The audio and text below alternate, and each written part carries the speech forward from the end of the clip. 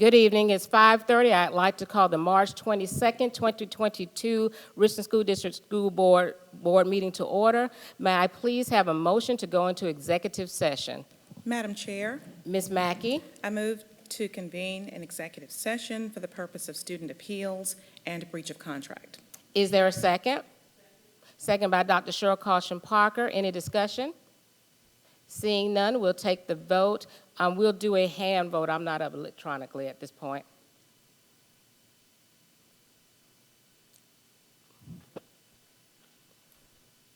Okay.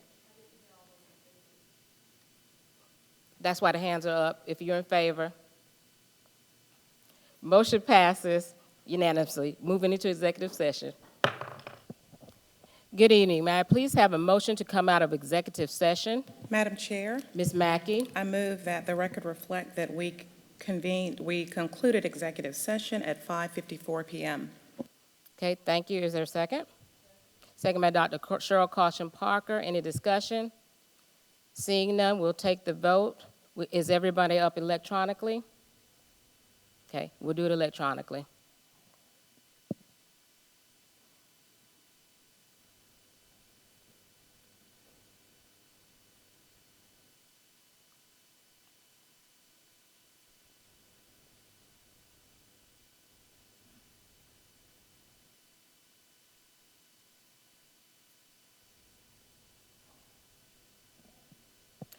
Motion passes 7 yes. Moving on to 3.1 inspirational moment and Pledge of Allegiance, Ms. Mackey.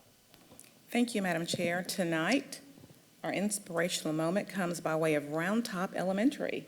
And this evening, we have Mr. Jaden Bostic, who is here with his principal, Clarissa Bennett, his mom, his dad, and his little sister. On June 24, 2011, greatness was born into the Bostic household and was given the name Jaden Nicholas, meaning God hears the triumphant one. He is the first child born to the union of his parents, Nicholas and Natalia Bostic, in Columbia, South Carolina. JJ, as he was affectionately named by his older brother Caleb, is an avid football fan and stands as a force on the soccer field. He excels in music and the arts as a drummer, dancer, and actor. Jaden is the 10-year-old CEO of the Jai Spark Company, where his passion is to help young stars shine bright through fashion, entrepreneurship, service, and the industry. Jaden is an award-winning actor, fashion designer, and now published author. But of all the titles he holds, and they are plenty, Big Brother is the most important to him because his true inspiration is his baby sister, Nina Janaya, who is here this evening as well. Without further ado, we present to you Jaden Bostic. You have the floor, sir. Thank you. Good evening, ladies and gentlemen. I am Jaden Nicholas Bostic, a 5th grade aviator from Round Top Elementary School, where Miss Clarissa Bennett is our lead pilot and principal. I am so honored and so excited to be here tonight, representing just a little of the greatness that can be found right here in Richland School District 2. I'm so thankful for this opportunity to be before all of you, and what a great place to be for a new author. It's a no-brainer that I should use this time to introduce you to my first publication, The Prince and the Butterfly, a story about finding friendship that I wrote for my little sister, Nina, and maybe invite you to attend my first book signing this Saturday at 1 o'clock at the Recharge Center. But I'm not. Logic and reason might say, Jaden, you're the 10-year-old CEO of the J-Spark Company. Every entrepreneur knows that you should pitch your business everywhere you go. So you should tell them about JSpark.com, JAISPARK, and your clothing line. Maybe you should mention that you're available to talk to youth and adults about building a business, managing money, writing a book. That would make total sense. But nope, I'm not going to do any of that. I would like to take this time to speak to this amazing Richland 2 family. I am a product of this great district. a district where a member of the school board took the time to encourage me when I held my first fashion show, where our very own superintendent, Dr. Davis, not only emailed, but came to support and speak on the runway. It's a district where teachers and classmates and principals become members of your fan club and come to your drum recitals and partake in your events. Thanks, Ms. Williams. It's where high school students partner with an elementary kid to illustrate his very first book, Marina, You Rock. So I want to say thank you to everyone in a leadership role in our district, from the board members to Dr. Davis, to the administrators, from the teachers to the PTO. Thank you for making the hard decisions, even when it's not the popular choice. You answer countless emails and phone calls, many of which that are probably to question the choices you had to make. And you still have to go home to your families and handle things there. Can you allow me a moment to encourage you? You are doing a great job. You really are. Oftentimes, you're just enforcing what you're told, and that's really hard. That's a hard thing to do, especially when you have to give your students and your staff news that not only they don't want to hear, but news that you don't want to hear. And I get it. Sometimes as students, we don't listen. But I assure you, what you do makes a difference, and it is noticed. It's because of Richland, too, that I continue to give my personal best. It was here that I learned to seek first to understand, then to be understood. It was here that I was taught to put first things first, but now I begin with the end in mind. Because every day can bring new challenges, it's important to remember think win-win. You may just have the solution that can help everybody. I want to leave you with this one thing. Each day when Mom drops us off at school, she plays our school hype song. Before we get out the car, it's by Charles Jenkins, and it encourages us to work hard and play hard. It tells us to study well and do our work.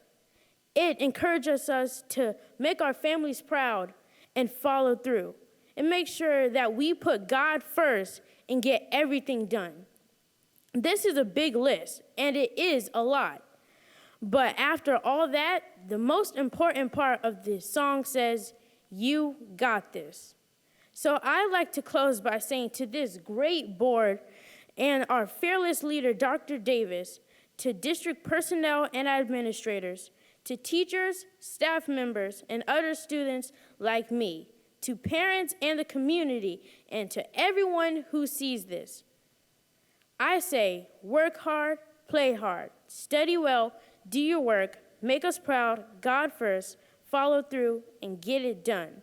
Because take it from me, Jaden Bostic, 10-year-old author, CEO of the J Spark Company, actor, model, and honor student, but most importantly, a product of your work. Listen, you got this. You got this. Thank you so much.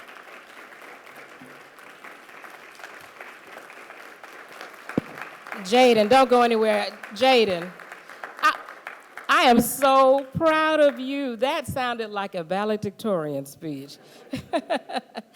Thank you so much. I know your principal is proud of you, and your parents are proud of you, who I met in the back. And if you have another dance or another fashion show, please invite me. I will come. Okay? Thank you so much. I'll give him another round of applause. That was fantastic.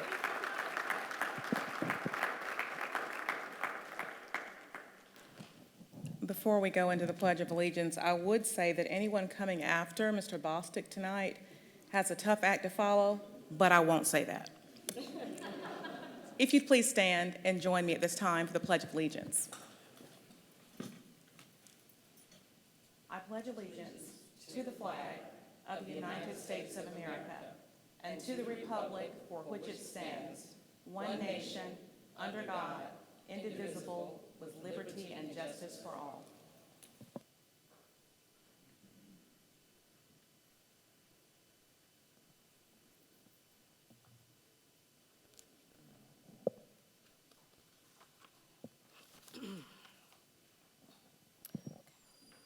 All right, 4.1, approval of the agenda. May I have a motion to approve the agenda? Madam Chair, Ms. Mackey, I move to approve the agenda for the March 22nd, 2022 regular board meeting. is there a second? Was that Dr. Caution Parker seconded? Any discussion? Seeing none, we'll vote electronically.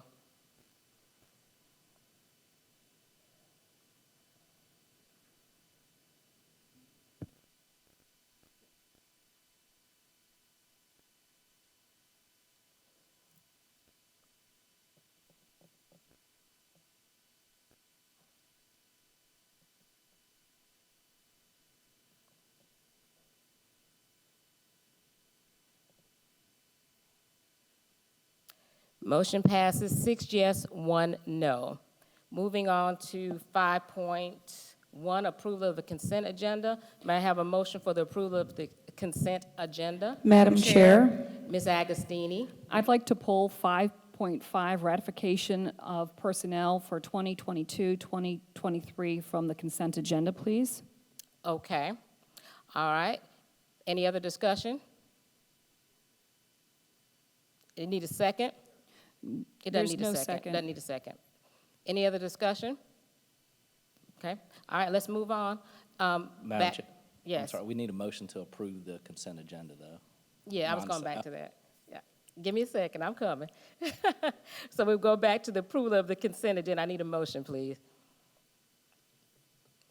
Madam Chair, Ms. Agostini, I move to approve the consent agenda, which includes items 5.2, the approval of minutes from the previous meeting, item 5.3, student admission request into adult education program, and item 5.4, employment recommendations, releases, and in-district transfers.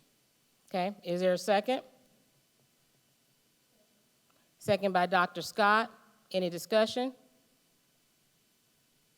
Seeing none, we'll do the vote.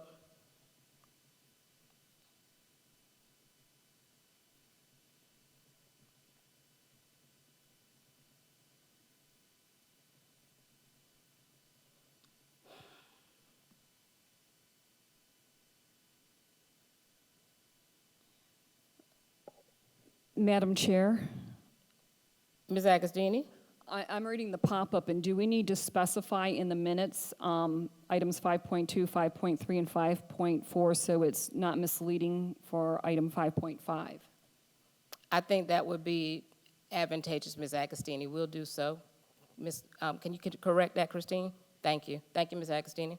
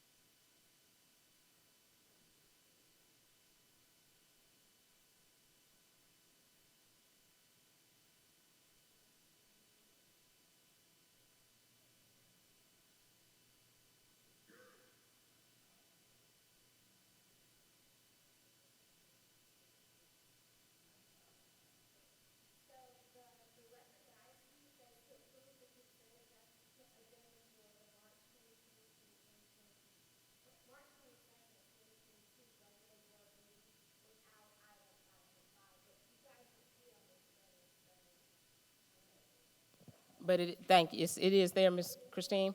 Okay. Yes, and maybe, Madam Chair, maybe you want to repeat what she just said so that people are clear on the microphone what we're voting on. Okay, no problem. Ms. Christine said that it is actually showing up on her apparatus, but it's not showing up for the public, the ratification that she asked to be pulled with the numbers that we're approving. So it's showing up on that computer, but it's not showing up there, okay? We can, okay? At this time, all in favor, please raise your hand.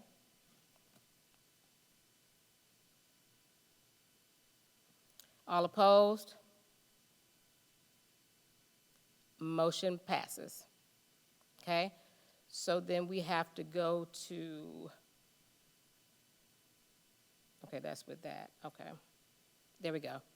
7 yes, 0 no. Okay, 5.1, approve the consent agenda with the March 5th. Okay. All right, thank you, Christine. Okay. Now we have to move to 5.5 separately. Madam Chair, Yes. I move to approve the ratification of personnel for the 2022-2023 school year. Okay. Is there a second? Second by Dr. Cheryl Caution Parker. Any discussion? Madam Chair, Ms. Agostini.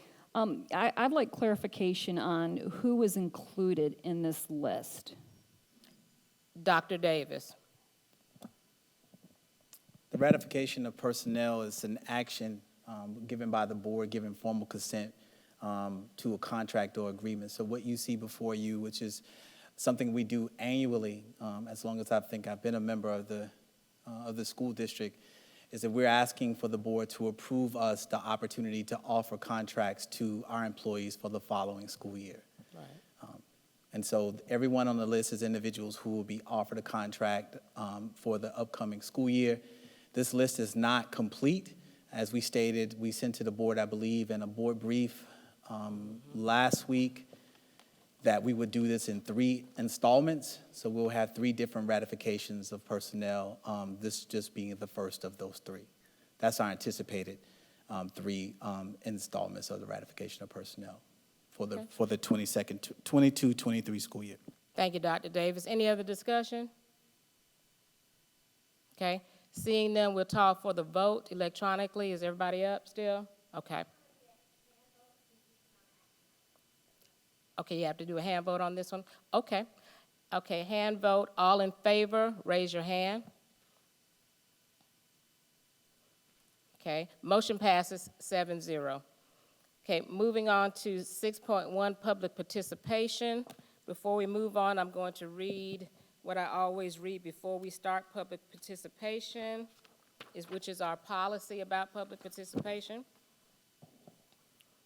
Before we begin, I remind our speakers that each person is limited to 3 minutes and that our meetings are streamed live and recorded. According to policy BEDH, comments from the public should not include gossip, defamatory words, or abusive or vulgar language. The policy also prohibits in public session any expression of personal complaints about individual school personnel or any other person connected with the school system. Specific students or personnel issues should not be handled through the appropriate procedures, as indicated in the district policy. Questions asked during public participation typically will be referred to staff members for a response at a later time. Okay, moving on to public participation, and I will remind our public that we are going to adhere to this policy whenever we do this from this point on. Okay, our first speaker is going to be Manuel Cabrera. Is that it? Is that correct, Mr. Cabrera? Okay.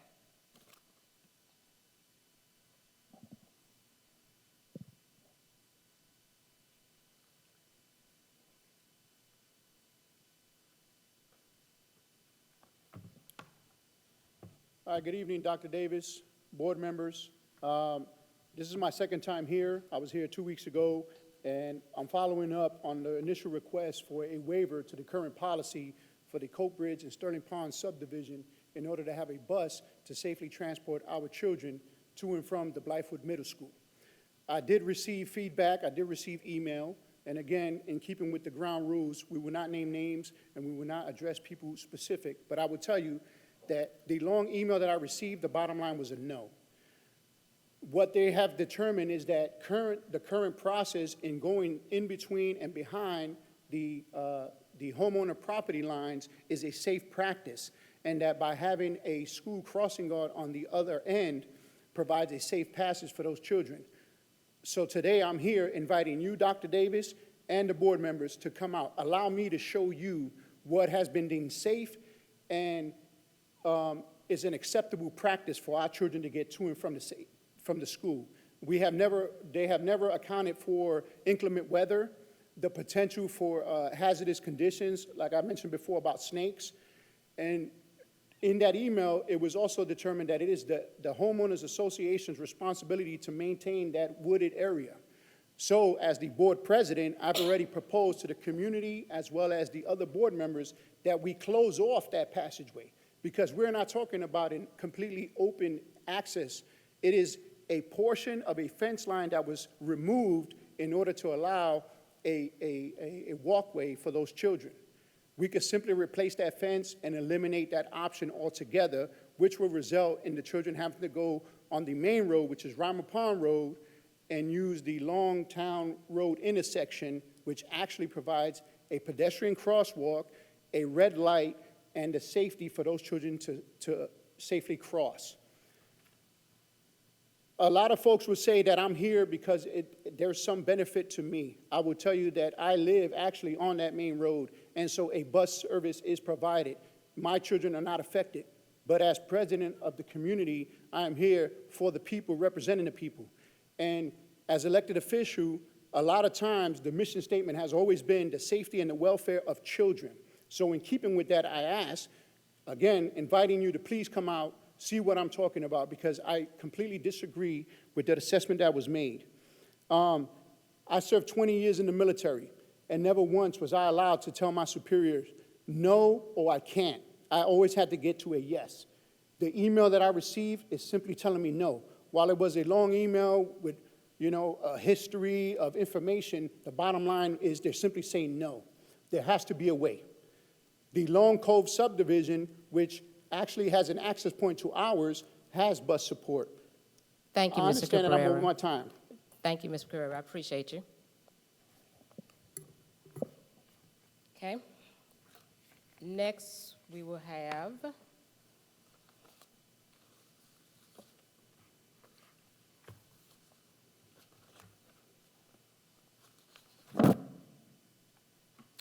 Joe Trapp.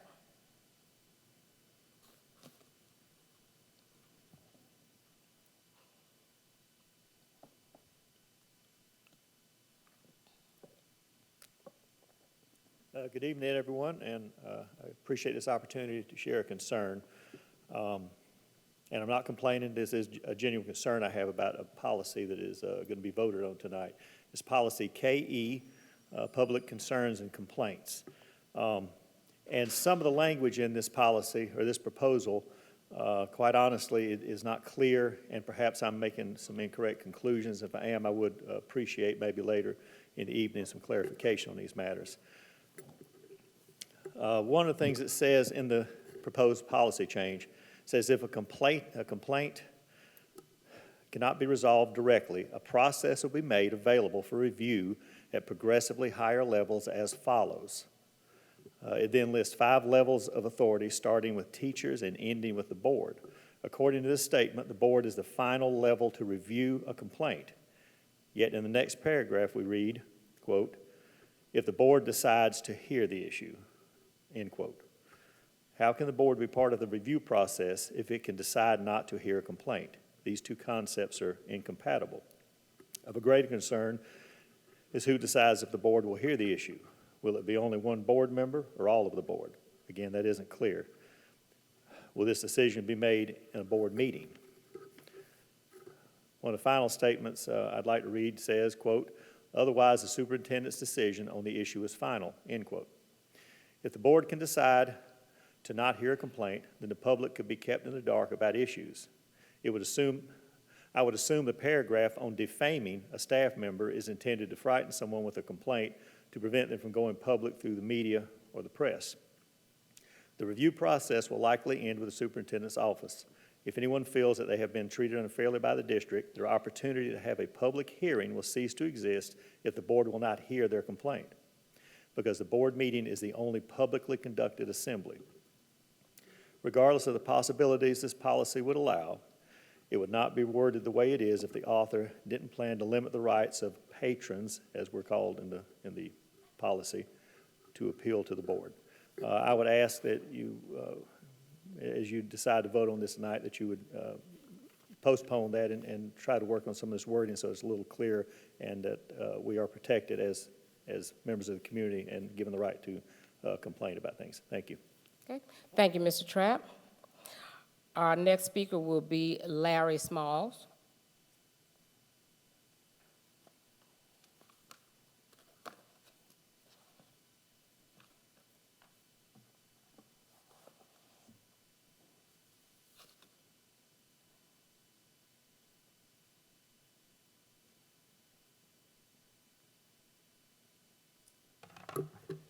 Good evening. Tonight, I'm before you to address, similar to the gentleman previously before me, regarding policy KE, public concerns and complaints. The reason why I'm up here is because one of the key factors in being in any position or title is to not only be able to accept the accolades that comes along with the position, but deal with the challenges, the conflicts that comes along with it also. And one of the things that I find that's alarming is the fact that, we're dealing with an issue where you are engaging the public. This is vitally important because the very public that you're addressing, whether it's accommodation or commendation, or rather it's feedback, negative feedback, it's a collaboration, it's a discussion. It's a means of communicating with the public so that they can develop trust in you and them so that hopefully we can come to a resolution of an issue. One of the things you got to realize is that we're dealing with our kids. If there was a problem with your child in a school or a situation, as a parent, I would think that you would be very apt to deal with that issue as quickly as possible and expect a person who you have placed in charge of your child to address that issue as quickly as possible. But it seems to me that what we are doing here is it's like we're changing the rules of the game. And when you change the rules of the game, you stifle collaboration and trust, hence the problem never gets resolved. This is not a popularity contest sitting in these seats. You're dealing with the public, you're dealing with taxpayers, you're dealing with people's livelihood, lives, their kids. And I would hope you would take it seriously and not just flippantly change the rules so that you can get commendation from the people that you possibly select coming up here to tell you how great of a job you're doing. In the business that I've been in, I've dealt with a lot of conflicts, a lot of complaints, but I didn't run from it. I dealt with it. I addressed the issue. It made me a better person. It made me a better employee, and as a result, I resolved the issue, and best yet, I established a relationship with that person because that person knows that I have their best interest at heart. All of us are humans here, dealing with kids. And to change the rule, to me, I think, is cowardice. When you go home to your kids, you go home to your family, and they're the most treasured people on this planet. When I deal with my two kids, I feel the same way. And I would hope that you will not stifle this valuable means between you and the public to address issues in Richland District 2 so that you can get a pat on your back. Because it's not about getting a pat on your back, it's about doing the job necessary in order to provide solutions. Thank you. Thank you, Mr. Smalls. Okay, that concludes our public participation. We will move on to 7.1, student appeals. Mr. Manning.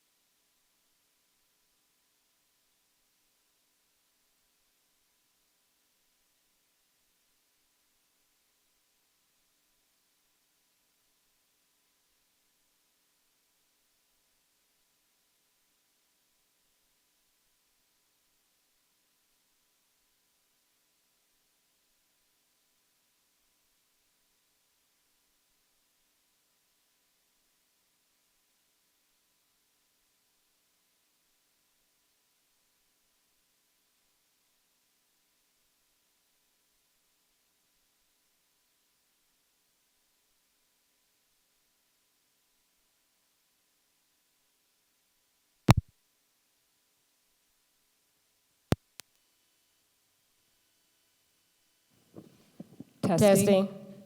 Mine works. Okay, I'm back. Mr. Manning, are you back? Mic check, yeah. Oh, shucks, I thought we were gonna let you stay gone. I'm just kidding. I know there's a crowd that would love it. Student number 1, deny. Student number 2, deny. Student number 3, refer back to administration for recommendation to pathways for promotion. Student number 4, Blythewood Academy for the remainder of the year. And student number 5, deny. And Christine, I know that's a lot, so let me know if you need anything.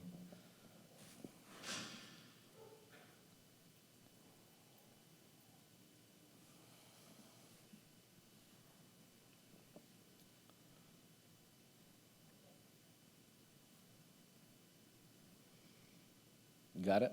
Okay. Okay, it's not showing yet. Okay, all right. Is there a second? Second. Second by Ms. Agostini. Any discussion? Seeing none, we'll call for the vote electronically. Thank you, Christine.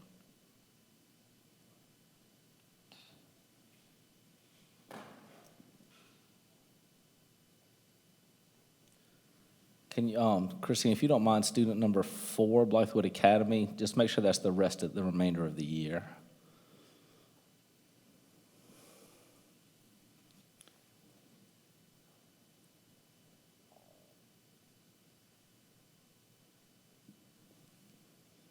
Okay, Is it okay for us to go ahead and vote on what's on our screen?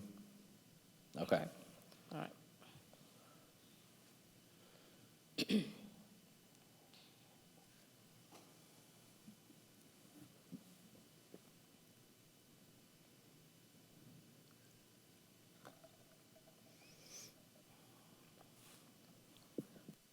Motion passes 6 yes, 1 no.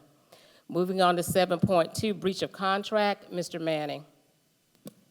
Madam Chair, on individual number 1, I recommend that we follow administration's recommendation, or I move that we direct the administration to make a formal complaint to the State Board of Education regarding the professional employee who breached their employment contract with the district. Is there a second? Second. Second by Ms. Mackey. Any discussion? Seeing none, we'll call for the vote electronically.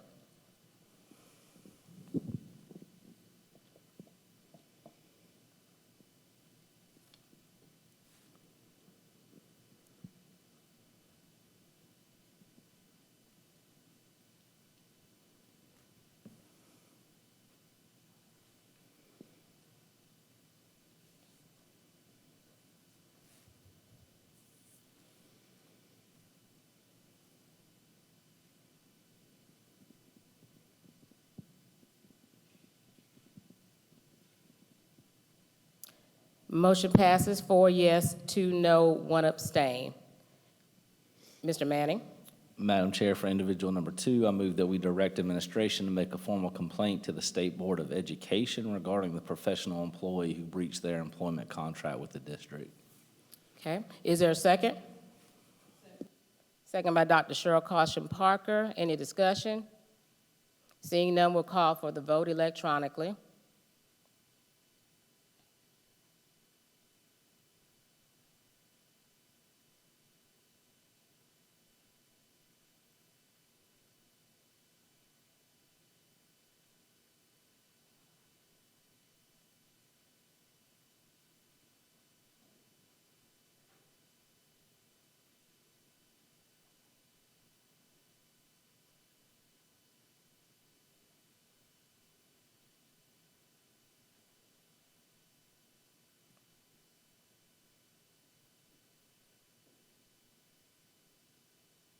Motion passes 5 yes, 1 no, 1 abstain.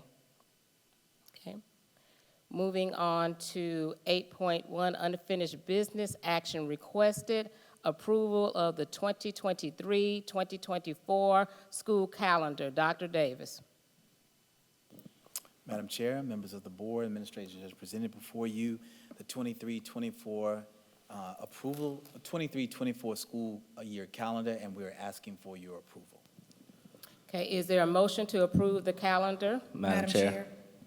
Okay, I don't know who I heard. I think I heard Mr. It's fine. Manning. Okay, I was going to defer. But I approve the proposed 2023-2024 school year calendar. Is there a second? Second. Second by Ms. Mackey. Any discussion? Madam Chair? Ms. Agostini? Yes, I still have concerns or questions about, in reading the state statute, and if you follow the policy IC and then go to 591425, is this, there's either the traditional school year or the year-round modified school calendar as options. So is that what we're doing, is the year-round modified school calendar? Because I can't find anything where it just talks about a modified school calendar where we can start before the third Monday of August. Dr. Davis? We are presenting the modified school calendar. Very few schools or school districts that I'm aware of are doing year-round calendars. All the calendars that have been presented by the multiple school districts around the state who are utilizing the exemption have been using the modified school calendar. A year-round school calendar would imply that students were in school pretty much every month of the year. We are not proposing that. This calendar is in line with calendars of similar calendars of other school districts around the state who've been using the modification and the language in the policy to attempt to have second semester begin or first semester end at the winter break. So we're in line with we're in line with what has been presented and approved in various school districts, and at this time being approved by the State Department of Education. Okay, any other discussion or questions? Madam Chair. Mr. Manning? I just wanted to say I really like this calendar. I think it takes into account a lot of the things we've heard from staff members and students. Having every month, well, I think there's maybe the first month there's no vacations, but otherwise there's time off each month for the calendar, within the calendar, which we've heard from so many folks that we need that for the mental health of our students, for the stress relief for our staff as well.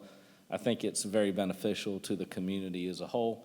In addition, by ending the calendar year prior to the winter holidays, I think that's huge. I mean, we've heard for years about the loss of learning over that time, the stress on students and families having so much homework over the holiday break to come back to testing. And so to accomplish the end of the quarter before going into the holidays, I think is good. So I'm really excited about the calendar and the work that our students and staff put into this. Okay, any other discussion? Okay, seeing none, we'll take the vote.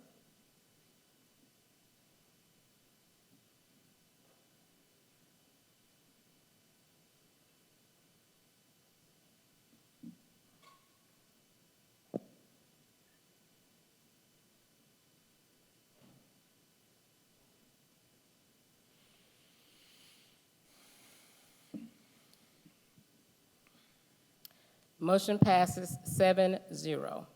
Moving on to 8.2, I need my glasses on. 8.2, approval of board meeting schedule 2022-2023 school year. Dr. Davis.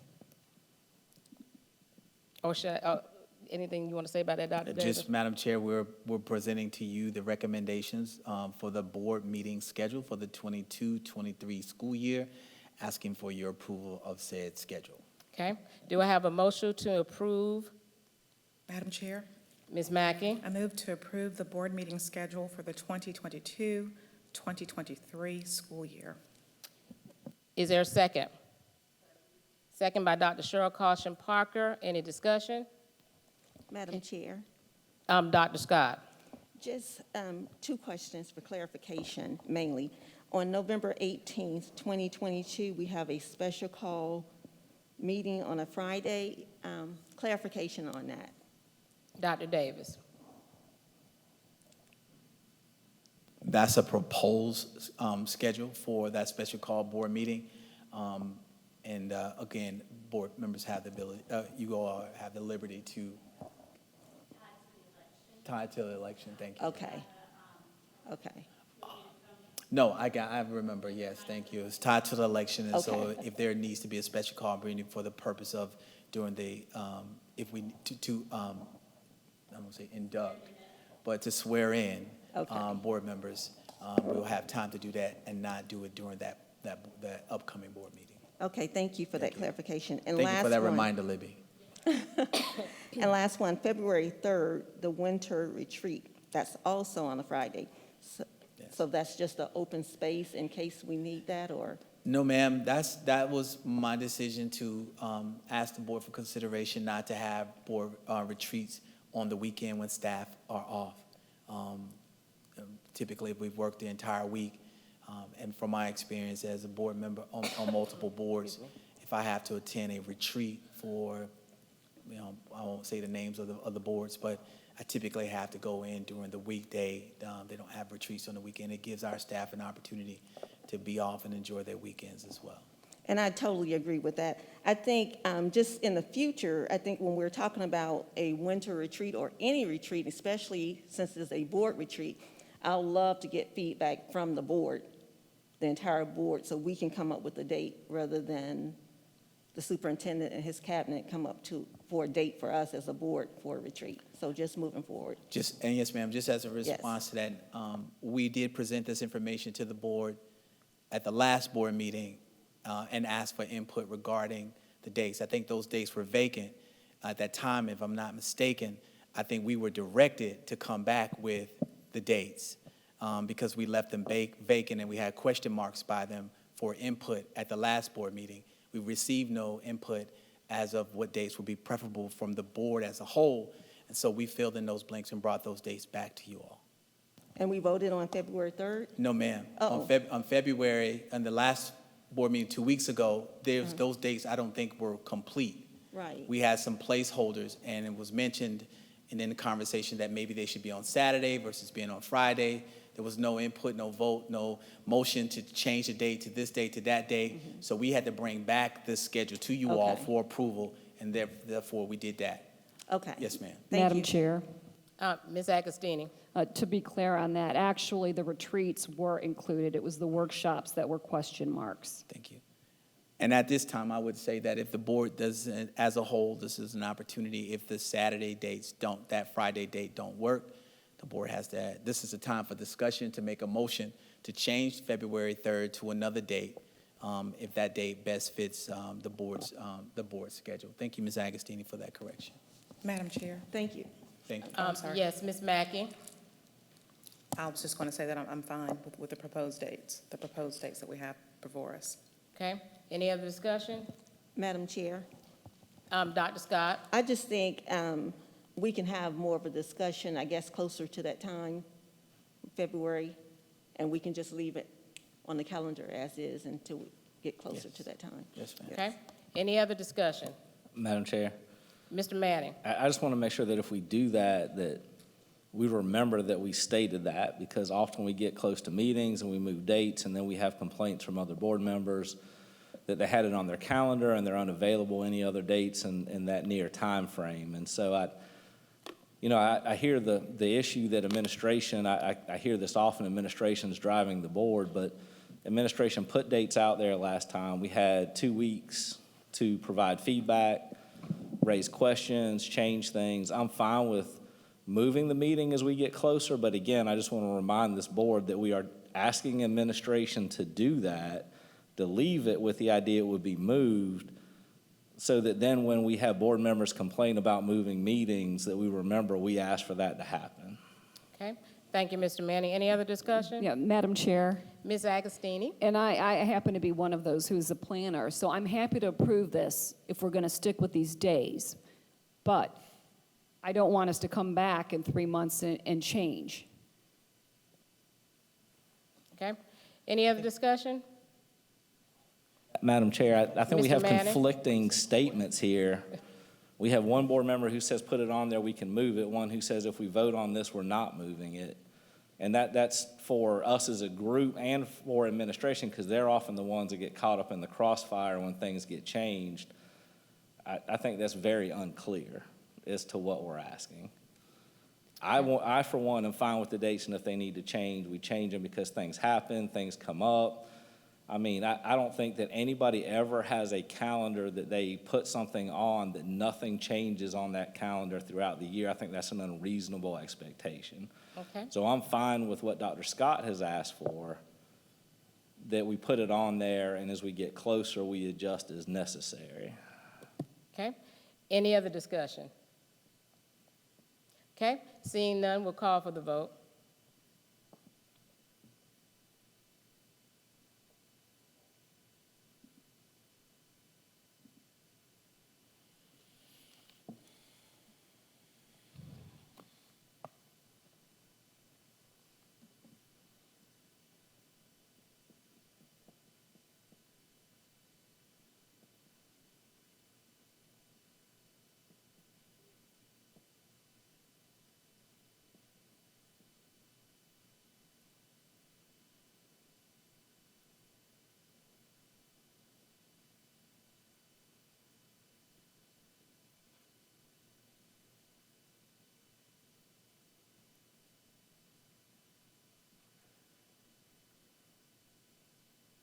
Motion passes 6 yes, 1 no. Moving on to 8.3, approval of policy revision for policy KE, public concerns and complaints. Madam Dr. Chair, Davis. Ms. Agostini. I move to continue to use policy KE. Madam Chair, if I could, did you not want Dr. Davis to explain first? You called his Yes. name. Yes, I did. Thank you, Ms. Mackey. Hang on, Ms. Agostini. Dr. Davis. Madam Chair, we just bring it before the board, asking for policy approval of KE. This is second reading for policy KE, concerns and complaints.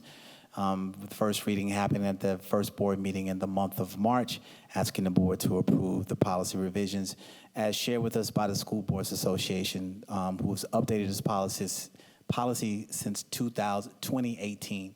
I believe we approved our policy prior to the 2018 edition of this policy, and so we're asking that the board update our policy. Okay. May I have a motion to approve? Madam Chair? Madam Chair, Ms. Mackey. I move to approve the policy revisions for policy KE, public concerns and complaints. Is there a second? Madam Chair. Chair, Yes. I'm sorry. I thought Just Ms. as a- Agostini, you were going back to Ms. Agostini and coming back to. No, I didn't say an order. Ms. Agostini I went to Dr. Davis because she was out of line, but if she has a question later on, she can address that, okay? I thought Mr. that you were Mel- calling Mr. for a motion. Yes. You called for a motion, Right. and then Ms. Mackey, Madam Chair, if it would, Excuse point me, of order. board, I'm happy excuse to me. defer. Excuse me. We have called for the motion. Is there a second? Second by Dr. Cheryl Caution Parker. Now, any discussion? Madam Chair. Mr. Manning? Is a point of order. My statement was going to be, I felt like since Ms. Agostini had already started a motion, that we allow her to continue with the motion. But I'm beyond that now. I mean, we've already made another motion and a second on the table. So I just wanted to say that I felt like that should have deferred back to Ms. Agostini. Okay, thank you, Mr. Manning. I didn't know what she was going to say. I couldn't hear what she was saying. Okay, so any discussion? I'm happy to defer if it will, No, the motion is on the Okay. table. Okay. Madam Chair, Dr. Scott? I would love for us to refer back to Mrs. Agostini because maybe you didn't realize initially you did call for a motion, and that's why she came in, and then you went to. No, I Dr. actually Davis. called for Dr. Davis first. Ms. Agostini said something. I didn't know what Ms. Agostini said, so that's why I said, no, let's go back to Dr. Davis. So that's why I said, hold on, we can do that in the discussion part. That's what I said, okay? So we're at that point. Any other discussion? well, Madam Chair, Ms. Agostini? and our colleague can, since you have not called for the vote, she can withdraw her motion should she wish. Thank you for the clarity. Any other discussion? Yes. Ms. McFadden? So with this policy, I do agree with some of our constituents that the lingo in here is kind of interesting, to say the least. And some of the concerns that I had upon initially reading it was, one, the defamatory situation. That means that if anyone comes to the podium and has a complaint or a grievance, that we're not even supposed to hear that. And I'm just asking, because what's the point of public participation if constituents can't come to the podium and discuss those? So is that separate than the complaints that you're saying that need to go from the teacher to principal, district member, superintendent, board? Okay, Ms. McFadden, I'm going to allow Dr. Davis to give you the rationale behind that. Dr. Davis. I think that's a great question. I think it's a misunderstanding about the policy in itself. One, the policy has nothing to do with public participation. So there's a different and separate public participation policy that still gives members of the community an opportunity to come before the board and share any questions or concerns or any information they would like for us to know. Two, it does not limit members of the community from emailing the board or superintendent or principals when they have a question or concern. This policy, however, gives the board the opportunity when there is an official complaint or concern regarding a decision or something that was made by an employee or an administrator. The current policy, the old policy, allows them to supersede the chain of command or supersede the chain of events that lead to eventually getting their concern heard, going directly to the board to have their concern heard without going to the teacher, the building assistant principal, the principal. They can come directly to the board with any complaint of a decision or a policy. That's what the old policy allowed for. So I would imagine in the school boards association's understanding of those concerns, you could very well be tied up with complaints about any and various things from the members of the community at any time without them having to go through the proper chain to have their issues addressed at the lower level. The defamation piece is of a concern. It doesn't state about coming to the podium and public participation, but if you should put something in writing or you should say something that may not be true, it is saying you may. It doesn't say that you shall. It doesn't say that you will. It says that you may. And just from my perspective, as we look and consider that, without hashing through something too painful, we had a situation where an individual came to the podium and made some very harmful statements about an employee that could have given that person an opportunity. We could have addressed that through this policy, because you should not be able to simply come to the podium and say anything that you want to say that could hurt the reputation or the professional standards, the professionalism of, damage the professional reputation of an employee or any member of this community, including the board or administration. So I don't think that it limits them from having the ability to share their concerns. This policy, as it is written now, is very similar to policy GBK, which is the policy that governs employees when they have a grievance, concern, or a complaint, which requires employees to go through the appropriate chain to allow us to address an issue at the lowest level first, but it doesn't limit them from the ability to have those things heard at the next level. The board currently, even in an employee matter, can determine if they will hear a grievance that has gone beyond the superintendent, but that the entire board has to vote to be able to hear that once it's going all the way through the chain. And so that's what this is allowing that to do, to go all the way through the appropriate steps. I have another question. Okay, Ms. McFadden. Okay, so at some point, say they get to the teacher and the principal, I just want to be clear that if there is a complaint and they do not agree with the principal or supervisor, are there steps and protocols in place that they can continue on until it gets to the board? Or is at any level they can say, hey, this is the end of it, it's not going any further? Yes, ma'am. We currently have a policy that allows parents to do that now. Without KE, the policy exists that allows a parent to grieve or appeal a decision that is made. You vote on that each month, each board meeting when it comes to the decision of a student being recommended for expulsion from school. The parent has the ability to appeal. Teachers have the ability to appeal decisions. The current policy, KE, basically doesn't require any member of the public to go through the process. It says it can come straight to the board. Any disagreement with the policy, they bring it straight to the board and can ask for the board to make a hearing on that without having to go through the proper steps to have that issue addressed. One last question, if you don't mind. So you're saying they have to go through a process. How long is each of those processes?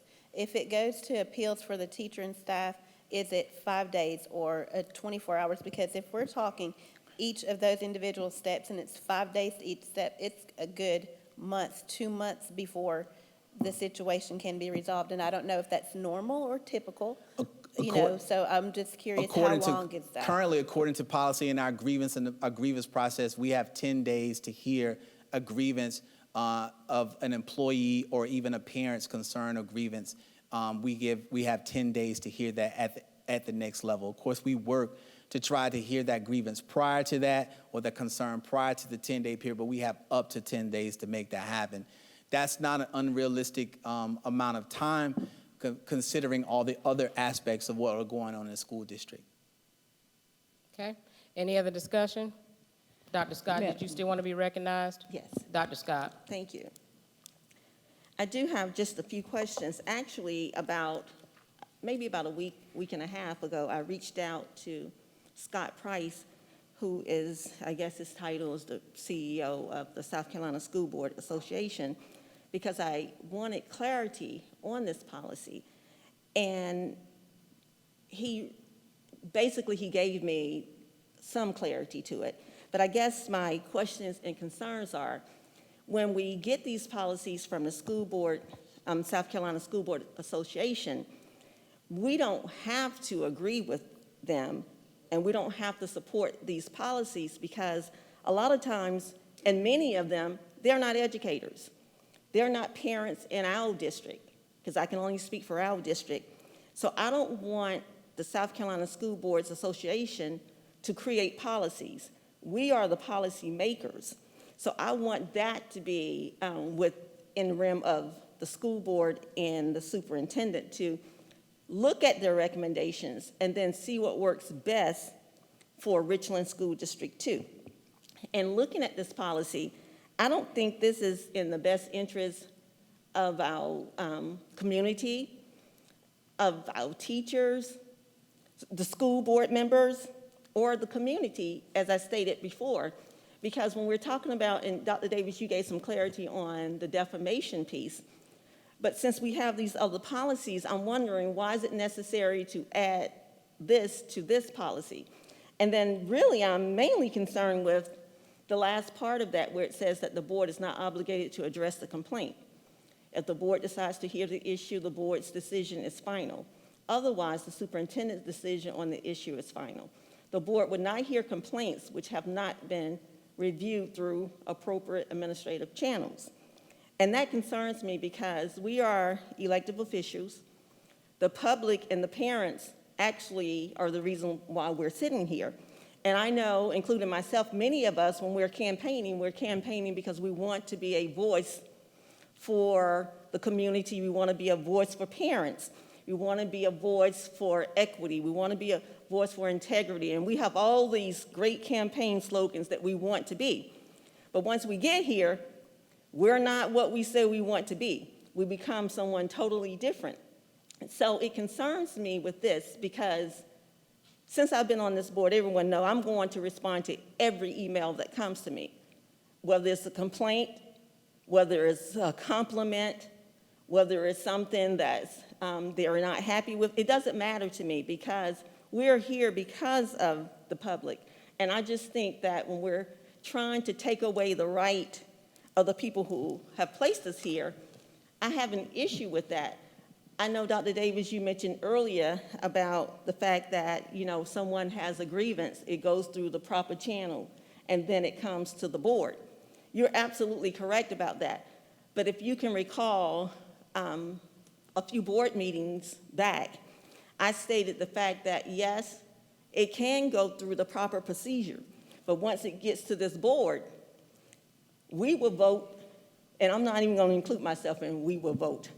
The majority of the vote will come to not hear cases, and I think I stated since I've been on this board for 10 years, it's only been, maybe 6, 7, no more than 8 teachers that have wanted to be heard.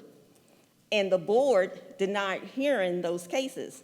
So I do have an issue with the fact that they cannot come directly to us and they have their grievance rights, because really they don't. Because once they get here to us, although it's written in policies, once they get to us, the board will vote not to hear your case. And that concerns me. It really concerns me. And I think I said one time before, it may not be you today, but it could be you the next time. So you need to be very careful about grievances and watch how the board votes when someone wants us to hear a grievance, because we don't support that.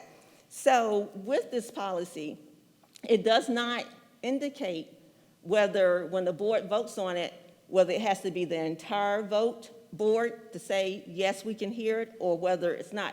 Because I know what we've done in practice, but we don't have anything in writing saying, well, if Dr. Scott wants to hear this grievance or this complaint, we're going to hear it. That's the way it used to be. Now, I think in practice, we're saying that the only way we can hear a grievance is the majority of the board.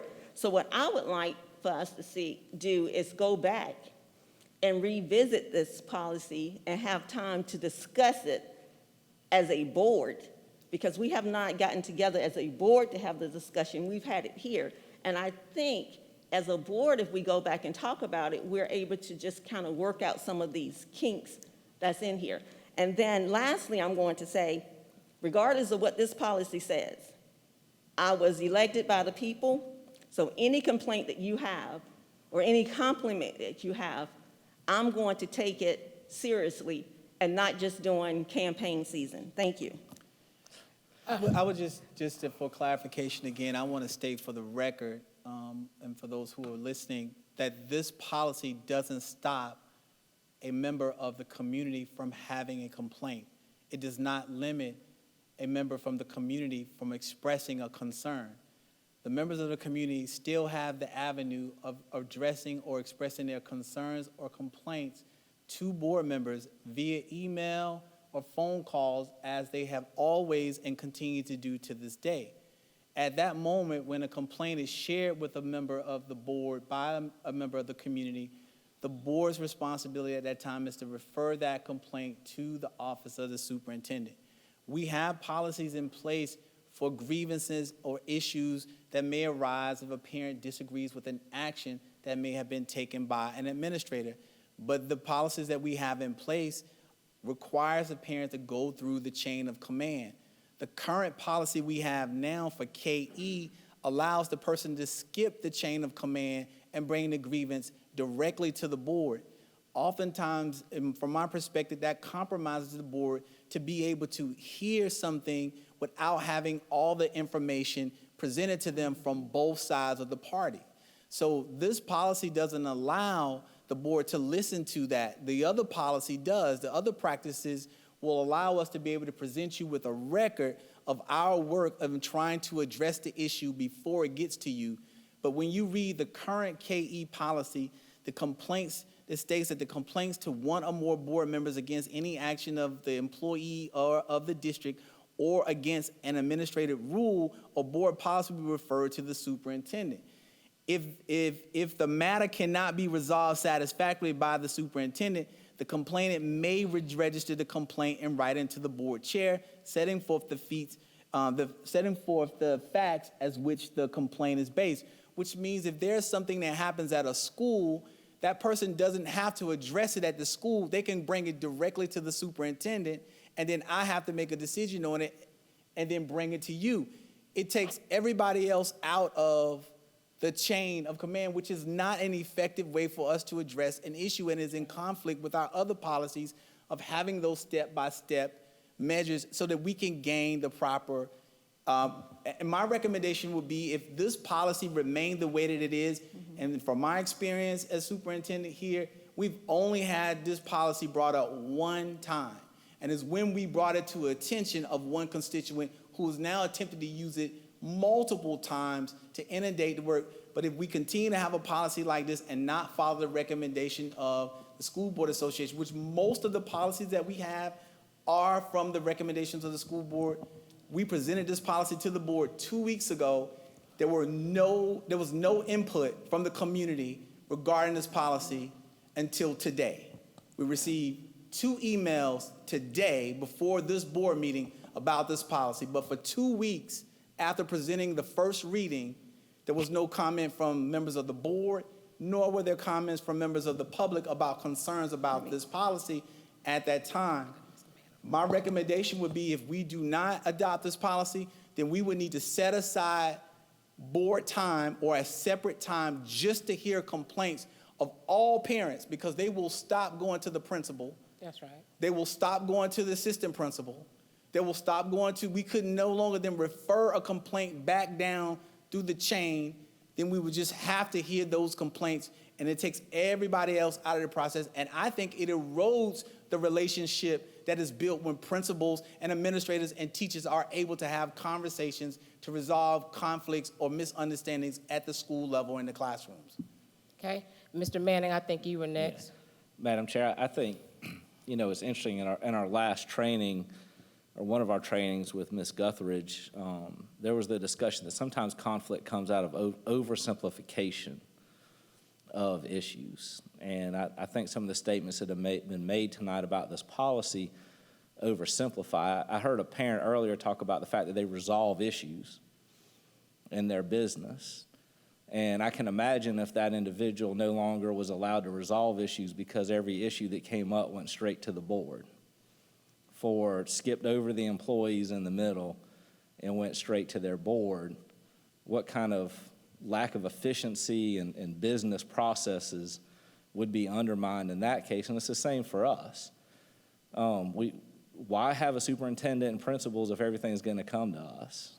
I mean, we can just go ahead and get rid of the superintendent. The board will run the district. That's not how this is designed to work. We need chain of command, military chain of command. You go through chain of command. Any organization I've ever been in, there is a process because you don't always know. And the defamation component of this, I'm going to be a lot more direct than Dr. Davis on this. We had a parent come up here, grossly defame one of our staff members, accusing them of sexually assaulting in graphic detail a student. And that staff member is now still dealing with the after effect of that. That was gross defamation. That was not one of these, maybe something happened, maybe it didn't. That was gross defamation of the character, and that had not gone through the processes of the district to deal with that in the proper channels where we would not have had that issue occur with a policy like this. And I'm sorry, there needs to be potential repercussions to individuals that overstep their bounds. Part of the oversimplification is if we put this policy in place, the board only wants to hear compliments. In no way does this policy say that. All of the issues that I heard tonight from the public that came up completely allowable under this policy. To question the change to the policy, they can come up here if they want to question the fact I wore a red tie tonight. They can do all those things, but you can't defame and skip the processes of the district for employees. No person up here employed by an organization wants somebody in conflict with them to skip over all of their supervisors and go straight to their board and go in public and make comments about their performance and their character. If you put yourself in those shoes, I think you would think about it differently if it applied to you. So I feel like that this does not, what it does do is stop people from abusing the policy, which is what we've seen now. Folks that continually just keep coming back and coming back and coming back trying to abuse the process. Exactly. And I think we need a check and balance in that. And Dr. Scott mentioned we do get these templates from the School Boards Association. The School Boards Association does not make policy in our district. They make recommendations. When we approve the policy, we then have made the policy. And so we, in fact, do have the opportunity to weigh in. We got this 2 weeks ago, just like we got the dates 2 weeks ago. Any potential change, or if we wanted to have a special call meeting, to have more in-depth discussion, that could have been asked for during that 2 weeks, but it wasn't. But we get in here and we make it sound like we don't have any opportunity to discuss these things. There's a time, and we have plenty of time, plenty of opportunity to bring up, raise issues, ask for more discussion, ask for more clarity in a way that it could be handled, but it doesn't happen. Then we get in the public and we tell people, well, we didn't have a chance to look at this. We didn't know what was coming. We didn't have a chance to change it. We're just doing what this, that is not true. That is not how this works. So I just, you know, we've had an opportunity to look at this. We've had an opportunity to raise questions. If we wanted to have additional meetings, we had the opportunity to ask for it. But none of that occurred between now and then. So I'm in support of the policy, or the recommendation for the policy, I should say, because it doesn't become policy until this entire board votes on it. The idea that a few of us make decisions, we only make decisions as a board, the majority of the board. Okay, thank you, Mr. Manny. Dr. Scott? Yes, I want to go back and clarify a few things. One is, I don't think our parents are that unintelligent, which to me is an insult to think that we have those type of parents who elected us to be here, that they would just skip the order of command and the chain of command and go directly to the superintendent and board members. I think our parents are compassionate, caring, and intelligent enough to know the proper chain of command. So let me just say that first of all. And then second, if we're going to talk about, if you don't mind, if you can stroll up so I can get to the last paragraph. Thank you.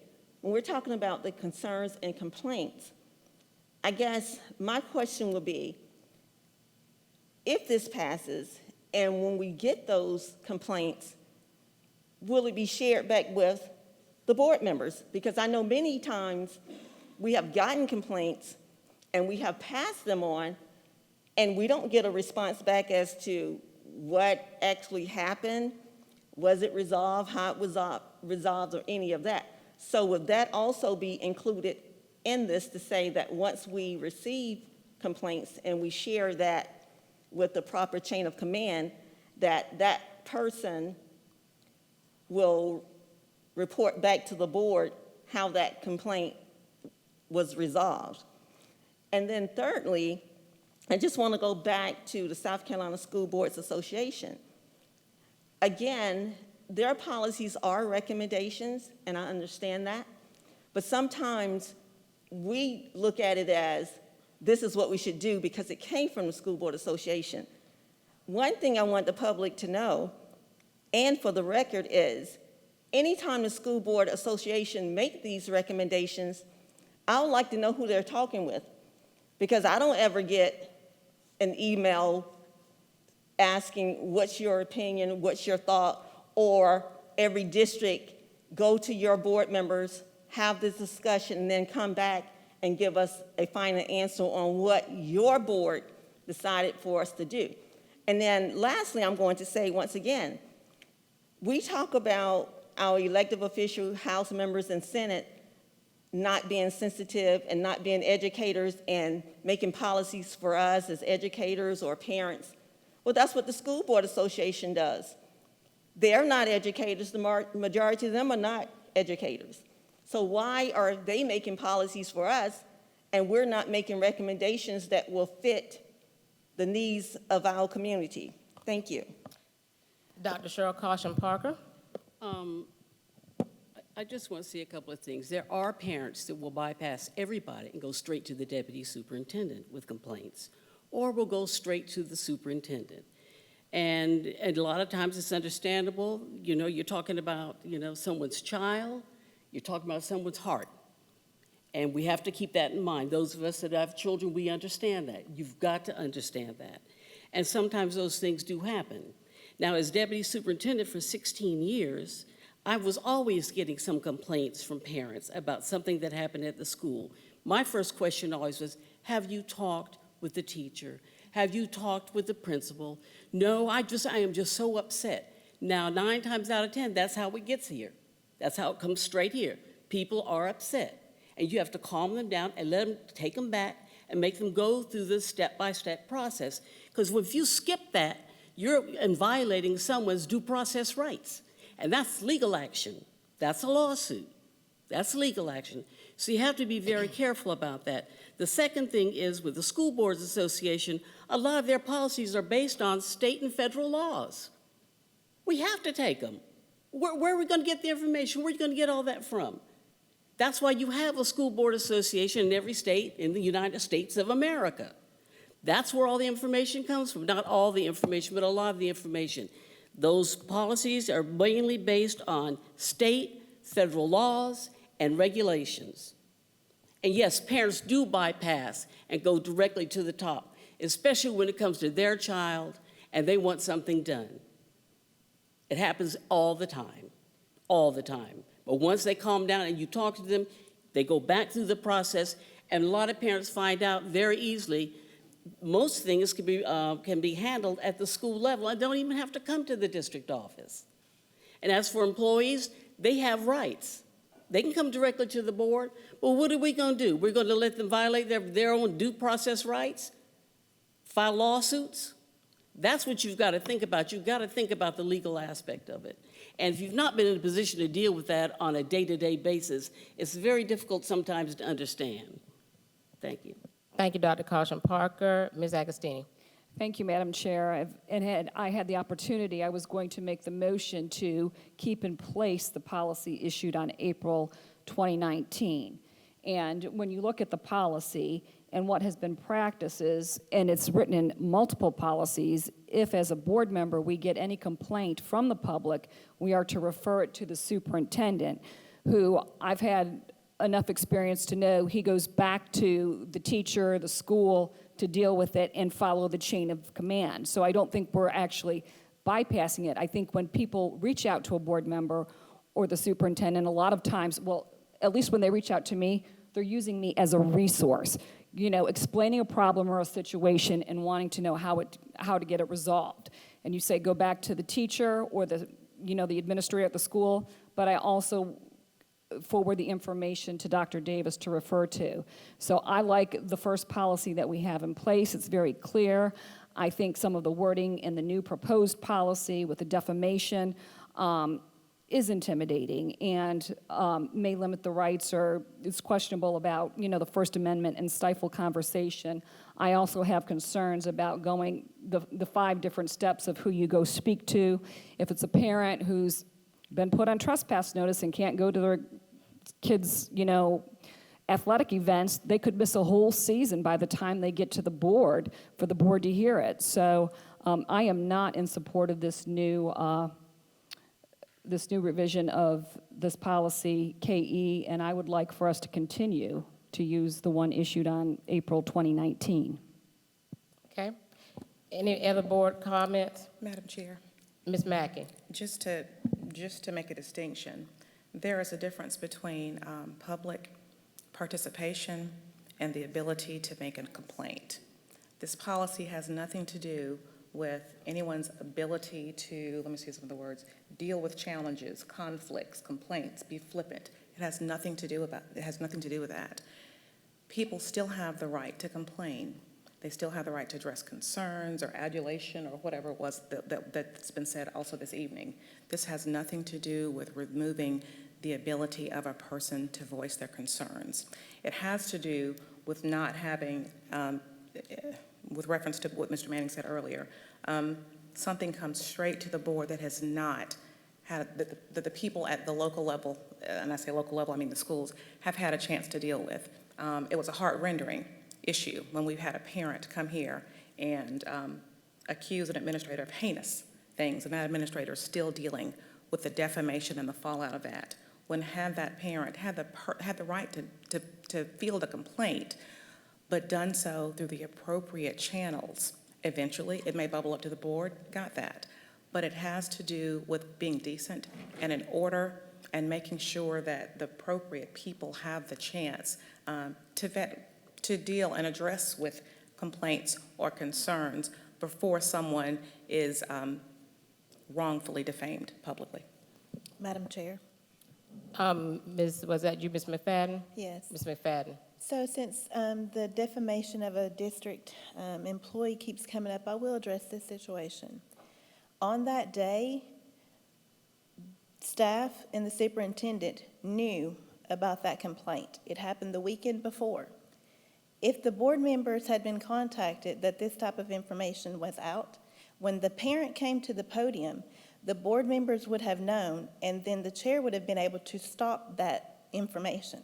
So we can't just lay the blame on a constituent who did that. We still do not know exactly what happened because we never got a follow-up. We know that there was a report that was provided for us, but we don't know exactly the intricate details. So I understand, and I am in full support of, defaming employees. I understand that as far as not defaming employees is what I mean. But I'm saying that had the board have known that this was this type of situation, because it was about the violation of a child, which should definitely come to the board, then our chair would have known, we would have been cognitive, so when she seen the name, she would have been able to address the situation. So if we're going to talk about proper processes and protocols, then we need to talk about proper protocols. And Okay. I mean, that's just what I have to say about the defamation. Madam Chair. And I will Chair. say that I am sorry for what the employee did go through, because it was everywhere. So that being said, I do feel for her, but we can't just skip over some things and, expect parents and teachers to go through the proper protocol when our staff and board don't. Okay, Mr. Banning? Madam Chair, I'm sorry, I know it always comes up that I counter, but I have got to counter that. Administration notifies us at appropriate times of personnel issues because we are a judicial body. We are an appellate body for staff. There is a certain amount of information and a time and place for us to be notified.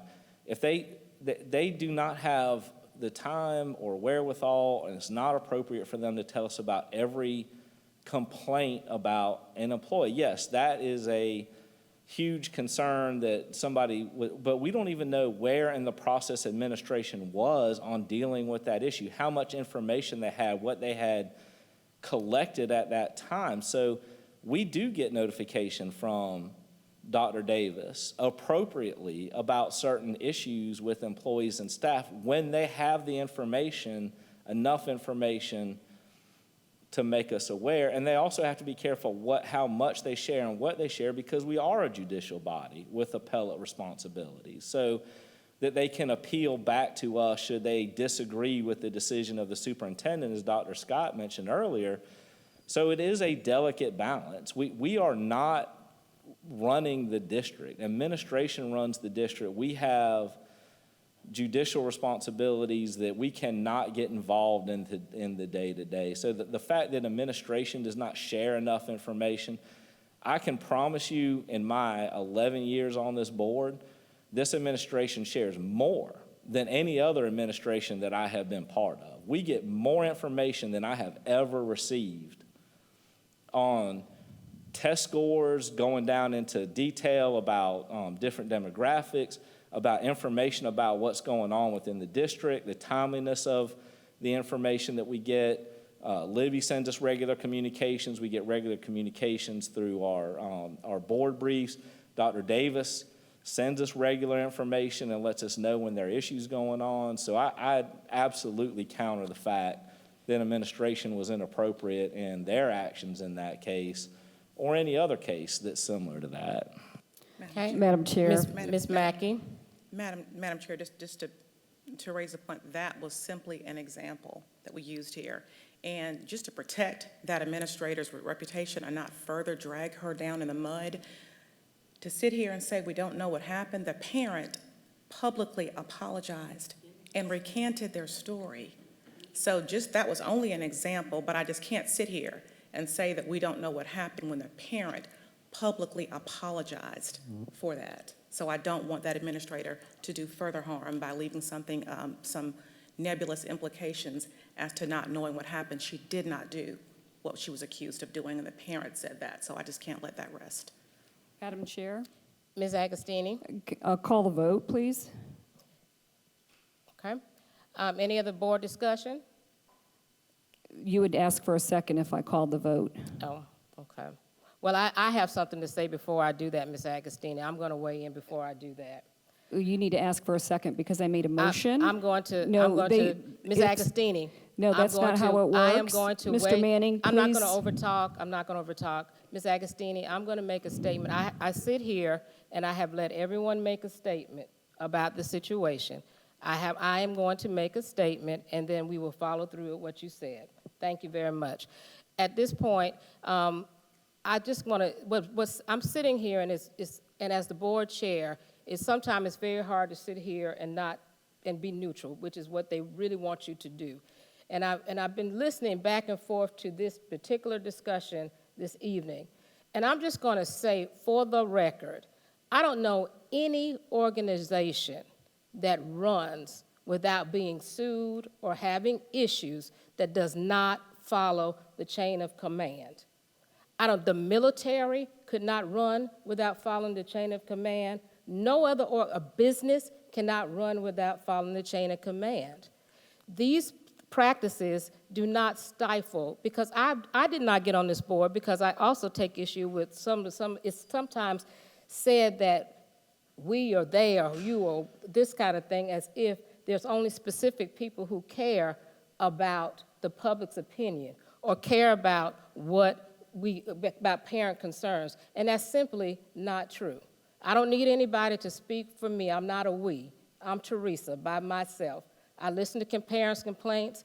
I'm concerned, and I know other board members on this board do the same. So I want to dispel that. There's no we or they. There's you as an individual. But the bottom line is this.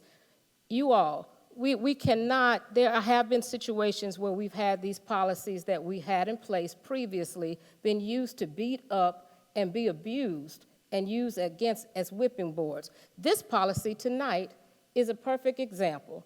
There was 2 weeks to make changes to this. And the day before here all this comes, because people want to come to a public meeting and make all these statements and lectures and who they are and this and that, because it's in public. They don't want to do what you're supposed to do, is if you have concerns, you're supposed to have turned those in, and we talk about them. So let's not play the game up in here tonight, because that's what we're doing. Now, this is a policy that has chain of command, and everybody knows you need to follow the chain of command. I'm not telling you how to vote, but you know that. So let's not get in the public and play, because that's what's going on. And as the chair, I'm just a little bit sick of it. So now, Ms. Agostini, we can call for the vote. Is there a second to Ms. Agostini's? No, I would like to speak now. Ms. Mackey has seconded. It's truly unfortunate that you call this a Ms. game when we're in the Agostini, middle you of are out of line. debate. I have seconded. It has been moved and seconded. Is there any other discussion? Seeing none, we will call for the vote.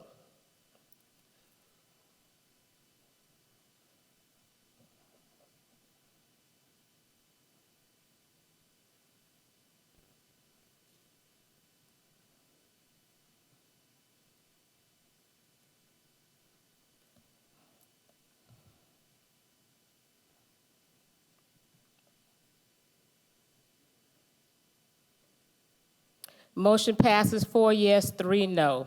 Moving on to 9.1, partnership update. Dr. Davis. Thank you, Madam Chair. Madam Chair, members of the board, and to our community that's present with us today.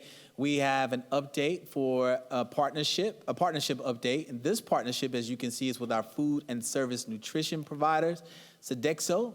It all starts with the everyday, and introducing our partners will be Mr. Will Anderson, our Chief of Operations. Will. Good evening, everyone. Happy to be here tonight. Last meeting, we had a partnership update with our custodial provider. Tonight, happy to have with me some representatives from Sodexo. I don't know their title because everybody has funky titles, you know. So we got Dev Whitmire, who's big in Sodexo, vice president or something like that. Tony Adams, who's our regional manager, who's going to stay here for a long time. You guys know Abby, and then we have Michelle Jones, who's our nutrition dietarian, something like that? Okay, yep. She makes sure that we do everything correctly. So very happy for them to be here. Sodexo has been our partner for going on about 12 to 14 years now, when they've been our only food service provider. And really, Sodexo is something that I try to not use that name. Tony and I and our staff, we call them Richland 2. They wear Richland 2 shirts. They're part of our family. They really are ingrained. The business side of things can be Sodexo. But we've been blessed to be partners with them, and especially over the last 2 years. Did you know over the last 2 years since COVID, they haven't stopped? If you go back and think about what this team has done with all the challenges with supply chain, with staffing, with every issue, they have not stopped serving meals. And I think we forget about that sometimes. Meals in the community, meals on the streets, bag lunches. We had storms. We asked them to come in and open the facilities to give to our students and families. So I really thank them for the work that they do. We had a successful audit during all this too. Just past November or December, we got praise for our audit. We were told that I forgot the language, Tony, what she told us, but this was one of the best audits she'd ever done. She'd done in the past 2 years, and that's during all this. You can see how many meals we're serving. February, 1 million breakfasts, almost 2 million lunches just at our schools and this team. They're doing things such as the Blue Plate Special, where it's funny, I ran into a school one day and said, man, we love chicken and waffles. Can we do that? Next thing you know, Tony and them are making chicken and waffles. And so we just rolled out the food truck at Westwood, and that was amazing. The kids were just, we were tweeting about that and stuff, and so they're doing those things. They've done tons of things to recruit and retain people through bonuses, job fairs. They know the challenges, and as we do things, as a district, you guys approve bonuses, they're right there doing with it to make sure their employees get there as well, and they've done a really good job of really showcasing their work through the premier pages. And so I just wanted to, as a partner, they really are a family. They're Richland 2, they're part of us, and the work they do has been phenomenal. Tony's the guy and his team. When I say, hey, can you do this, it's not a no, it's how far can we do it, and they'll do it. And it's just a blessing to have such good partners. These are just some of the images of the things I talked about. And so today we're here for them, again, as our partnership. One of the big things they do to support us is they support our backpack program. And so to talk more about how this partnership and how this money helps, I want Abby Cobb to talk about the partnership that they have supporting the backpack program. Abby? Thank you. Good evening. Again, my name is Abby Cobb. I'm the lead social worker. It's a pleasure to be here with you tonight. So the Richland 2 Backpack Program is something that is completely reliant on community partners. This is not a school district program. This is us working with our partners in a wide variety of settings, our faith agencies, our civic groups, and our business partners who make this happen to help our students have access to meals when they aren't with us. And that is the mission, is making sure that our students have stable access to meals when they can't be in our buildings. And Sodexo has made that happen from when we pivoted and we moved to virtual to when we went out and we went into the community. We loaded those foods onto the school bus. Anything that we've asked them to do when it comes to going the extra mile in feeding our students, even when they are not in our building, they have made that happen. We've been able to, this district has done some really innovative things to help meet the food security needs of our students, and Sodexo is the backbone of that. Right now, the needs continue to be great. Right now, on average, we're serving about 600 to 650 students per week across the district with our backpack programs. The direct funds that we are receiving from Sodexo right now is supporting about 250 kids per week.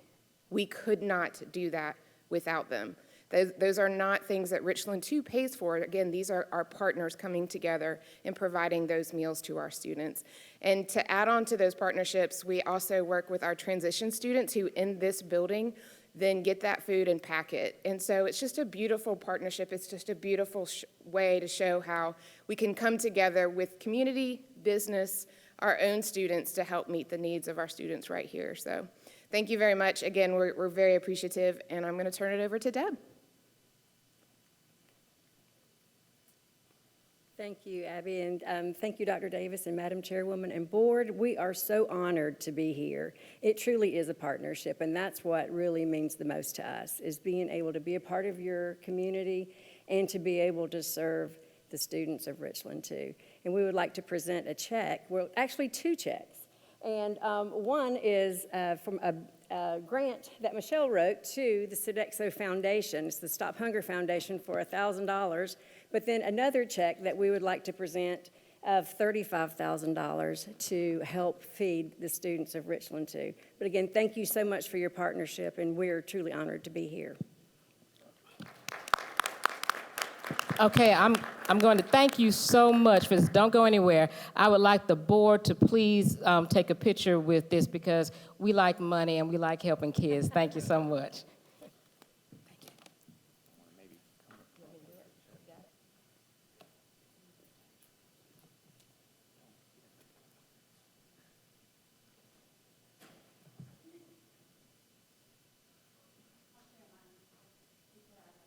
Come on, Michelle. Get in, Michelle. Go ahead and get in, Michelle.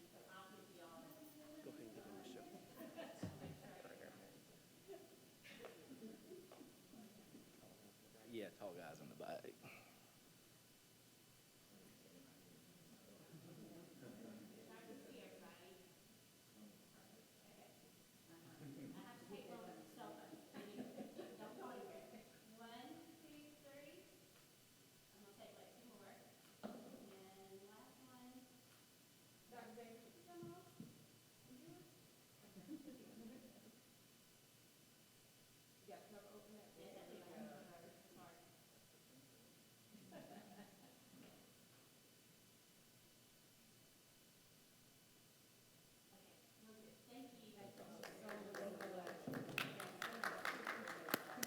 Thank you.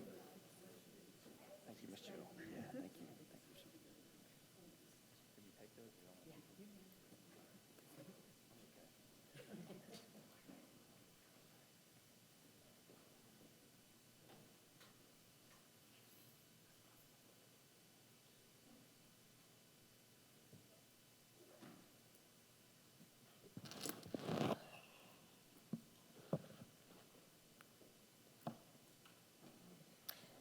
Okay. It's hard to start back when you got some money, but anyway, let's go to 10.1, Superintendent Highlights. Dr. Davis. Thank you, Madam Chair, members of the board, and to our community that is in attendance with us and those who are watching via live stream. It is time for the superintendent highlights. And I think I would like to say and start off by saying I would love to scratch and just call these Richland 2 district highlights from now on, Libby, because I think it's indicative of what we do as a Richland 2 family and what we're able to accomplish as a Richland 2 family. And that includes our students and their families, our partners, our board members, our administrators, and not just the superintendent's highlights. So we are going to have district highlights that are organized around the 4 core values of learning, character, community, and joy. And our highlights will begin with learning. So the Blythewood High School Bengals held a ribbon-cutting ceremony last week for their biodiesel production laboratory. Blythewood High School students have garnered national attention for their biodiesel lab, which converts used cooking oil into clean alternative fuel. The lab is only the second of its kind in the nation. It was recently featured on the television show Motor Week. Grants from the South Carolina Energy Office and Green Energy Biofuels have assisted Blythewood in expanding their biodiesel program. History and Geography B. Last month, 7 fifth graders from Forest Lake Elementary NASA Explorer School competed in the Regional History B and Geography B against students from North and South Carolina. We had 6 students take top honors, with some qualifying for the national competition in Tampa, Florida, and the International Olympiad that will take place in New Jersey. Those students are Sawyer Anderson, who is the son of Will Anderson. Congratulations, Will. Chevy Jones, J.W. Norman, Joy Harari, Dylan Martinez, and Emerson Smiley. Now to student councils win state awards.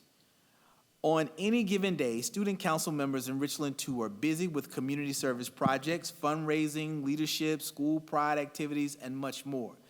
Their year-round dedication to their schools and community was recognized this month at the South Carolina Association of Student Councils State Conference. The association presented Richland Northeast, Ridgeview, Spring Valley, and Westwood High Schools with an Honor Council Gold Award. Blythewood High received the Silver Honor Council Gold Award. Additionally, all 5 high schools placed in the top 3 in a variety of categories such as school service, school pride, community service, and school spirit. The following students were introduced or inducted into the Terry McCoy Leadership Hall of Fame.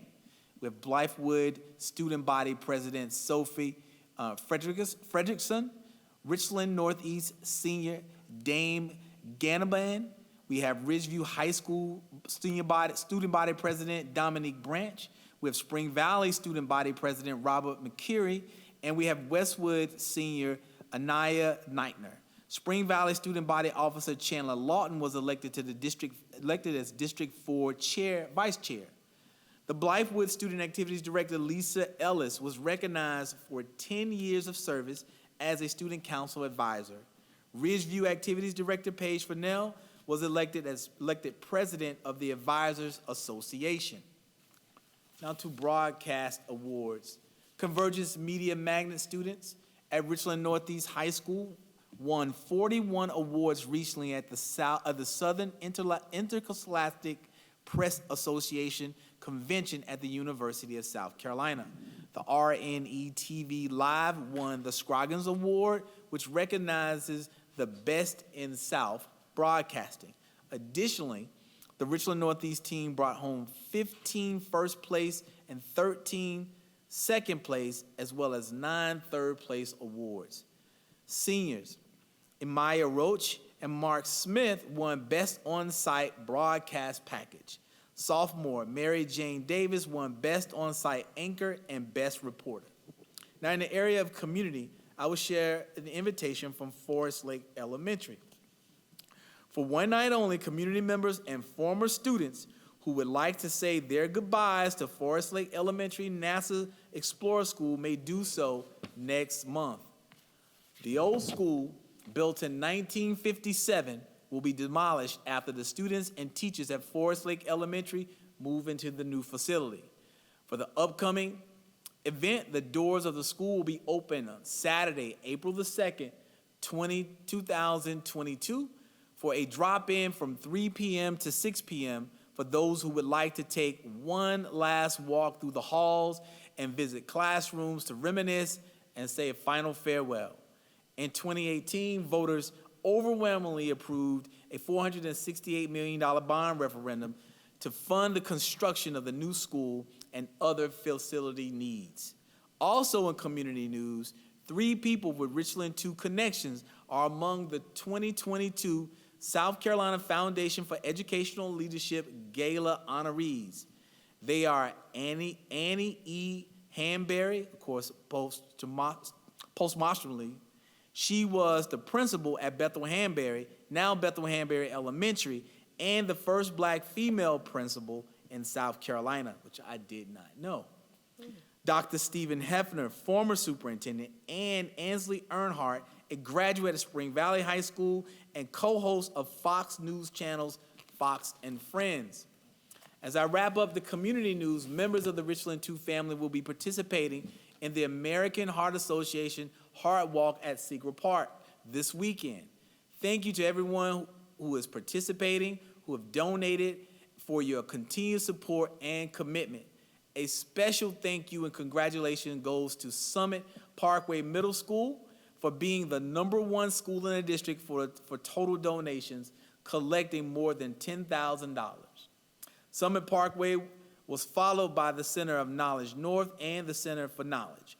Richland 2 has surpassed its $100,000 goal for this life-saving mission. That's incredible. We raised over $100,000 for American Heart Association. Wow. Amazing, amazing.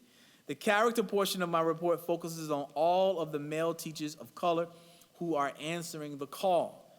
As many of you know, Richland 2 is dedicated to strategically recruiting and retaining minority male teachers to serve in our classroom as teachers, mentors, and role models. And this past Saturday, here at R2i2, we hosted the 2022 Premier 100 Conference. The keynote speaker, Sharif El-Miki, founder and CEO of the Center for Black Educator Development, and I welcome more than 50 men who are courageously stepping up to support this initiative by doing what it takes to be in our schools and to serve in leadership roles for our children. And now for joy. Dick and Tunky Riley Award finalists. Two school improvement councils in Richland 2 are a step away or a step closer to winning the Dick and Tunky Riley Award for School Improvement and Council Excellence. The SICs at Bookman Road Elementary and Joseph Kills Elementary Schools are two of the 5 SICs to be named statewide 2022 award finalists. They were chosen for their accomplishments in parent and civic engagement with their school. The winner of this year's Riley Award will be announced during the virtual award ceremony in April. Congratulations to the March Rookie Teacher of the Block, Patrick Quarters. Here is how Westwood High School Principal Robert Jackson describes Mr. Quarters in his nomination. A steward of effective classroom instruction, the custodian of a warm and inviting classroom community, the learning partner that everyone wants to collaborate with, and the team member that will stand in any gap to ensure his school meets or exceeds school and district performance targets. We thank our partner, H&R Block, for sponsoring this award. State Personnel Administrator of the Year. Senior Chief Officer for Human Resources, Sean Williams, has been named the 21-22 South Carolina Personnel Administrator of the Year by the South Carolina Association of School Administrators. Ms. Williams will be officially recognized during SCASA's Innovative Ideas Institute taking place in June 19th through the 20th at Myrtle Beach. And I would like to say, since I've been a superintendent, we've always had someone win one of these state's awards, so congratulations to Sean on that award. Ms. Williams joined the Richland 2 team in 2017 and oversees a staff of more than 20 and directs the district's overall human resources practices, policies, and operations for 3,400 plus employees. But wait, we have another award, an Outstanding Business Official of the Year. Senior Chief Officer for Finance and Operations, Dr. Harry Miley, received the Outstanding School Business Official Award for the South Carolina Association of School Business Officials. The surprise announcement was made during the organization's spring conference held earlier in March. Dr. Miley started with Richland 2 back in 2013 as the Chief Financial Officer. In his current role, he has added operations, planning, grant, and the conference center to his areas of responsibility. So congratulations to Dr. Miley and to Ms. Williams. And the Gatorade Player of the Year, in his 37th year of honoring the nation's best high school athletes, Gatorade recently announced Gregory G.G. Jackson of Ridgeview High School is the 2021 Gatorade South Carolina Boys Basketball Player of the Year.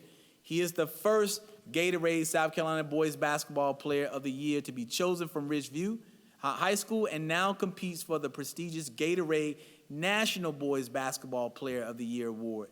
The award recognizes not only outstanding athletic excellence, but also high standards of academic achievement and exemplary character demonstrated on and off the court.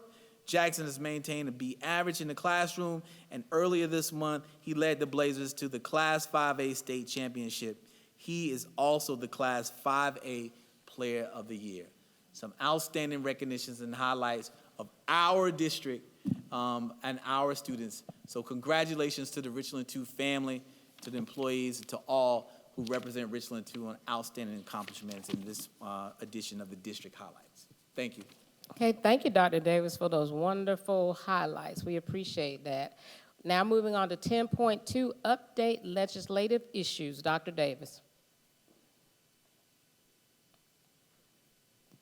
We'll have Ms. Libby Ruth come before the board this evening to provide the legislative update for the March 22nd, 2022 regular scheduled board meeting. Ms. Ruth. Thank you, Dr. Davis, and good evening, Madam Chair and members of the board. My update tonight will be especially brief, as the most important legislative issue that we want to update you on is the budget that passed the House last week and is now with the Senate. And that's about all I can tell you about the budget. So I am going to pass the torch in just a minute to the two experts in the room who have been studying this very closely, because there are big changes coming. And so that will be part of our budget update coming up next. But real quickly, I do want to let you know that we're still watching the ESA bills, and the one in the Senate is moving the most quickly.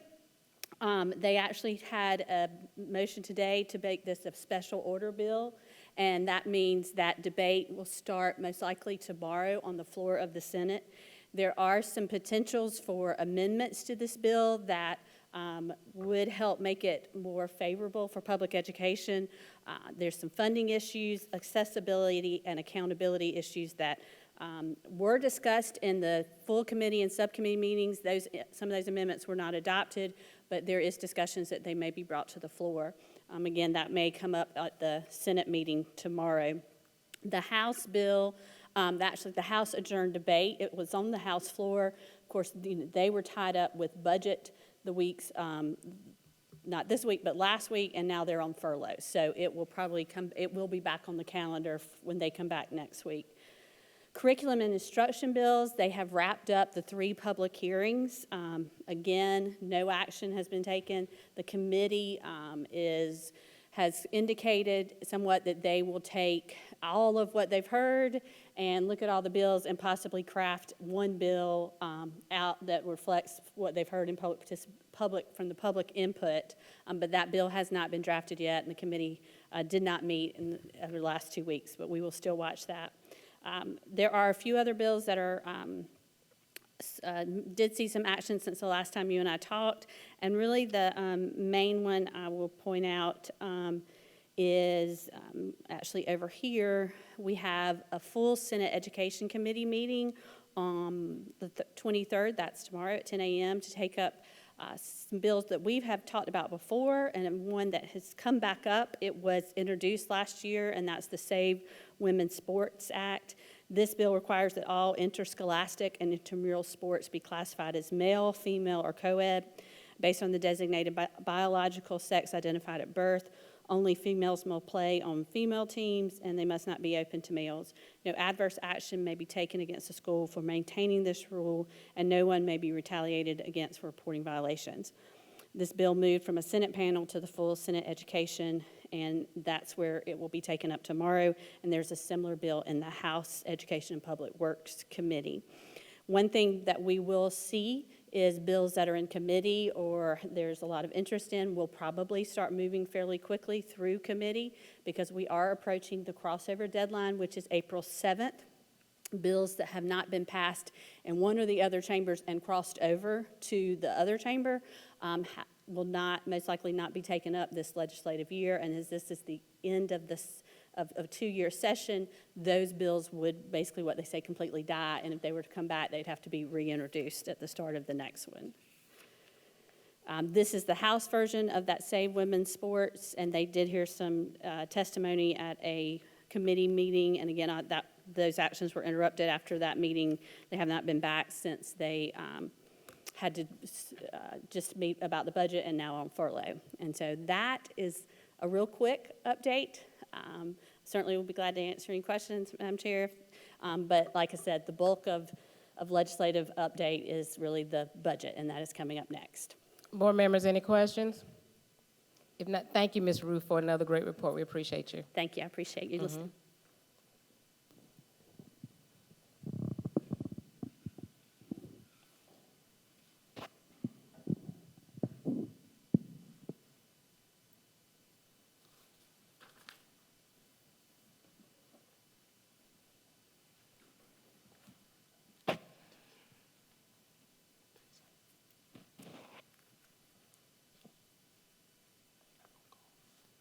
Oh, Dr. Malley, I'm sorry.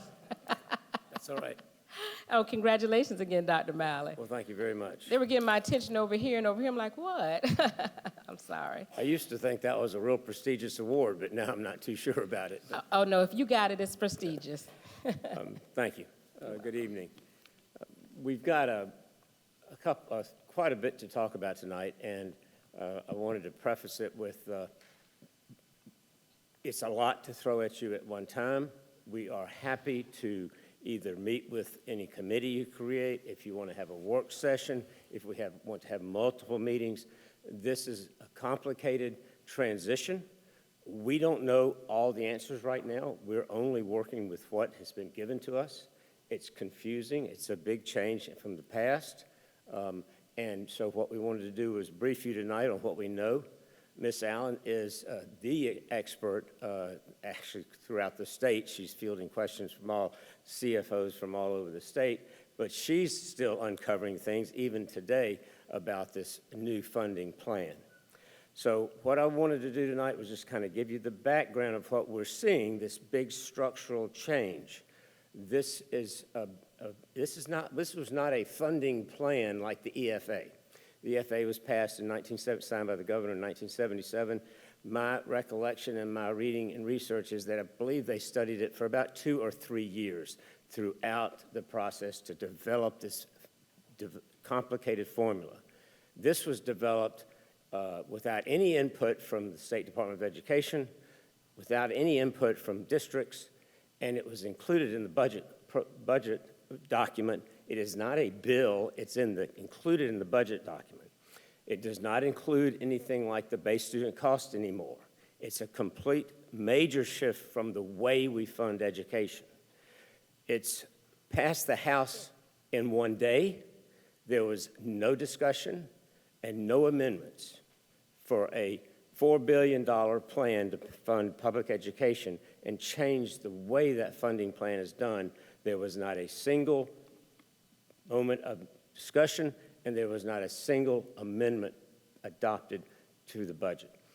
An example of how different it is, when we were at our conference just last week, the spring conference is normally based on the State Department of Education's review of any legislation and the budget proposals and how we may be affected. Soon to follow that, they normally give us their projections from the State Department of Education.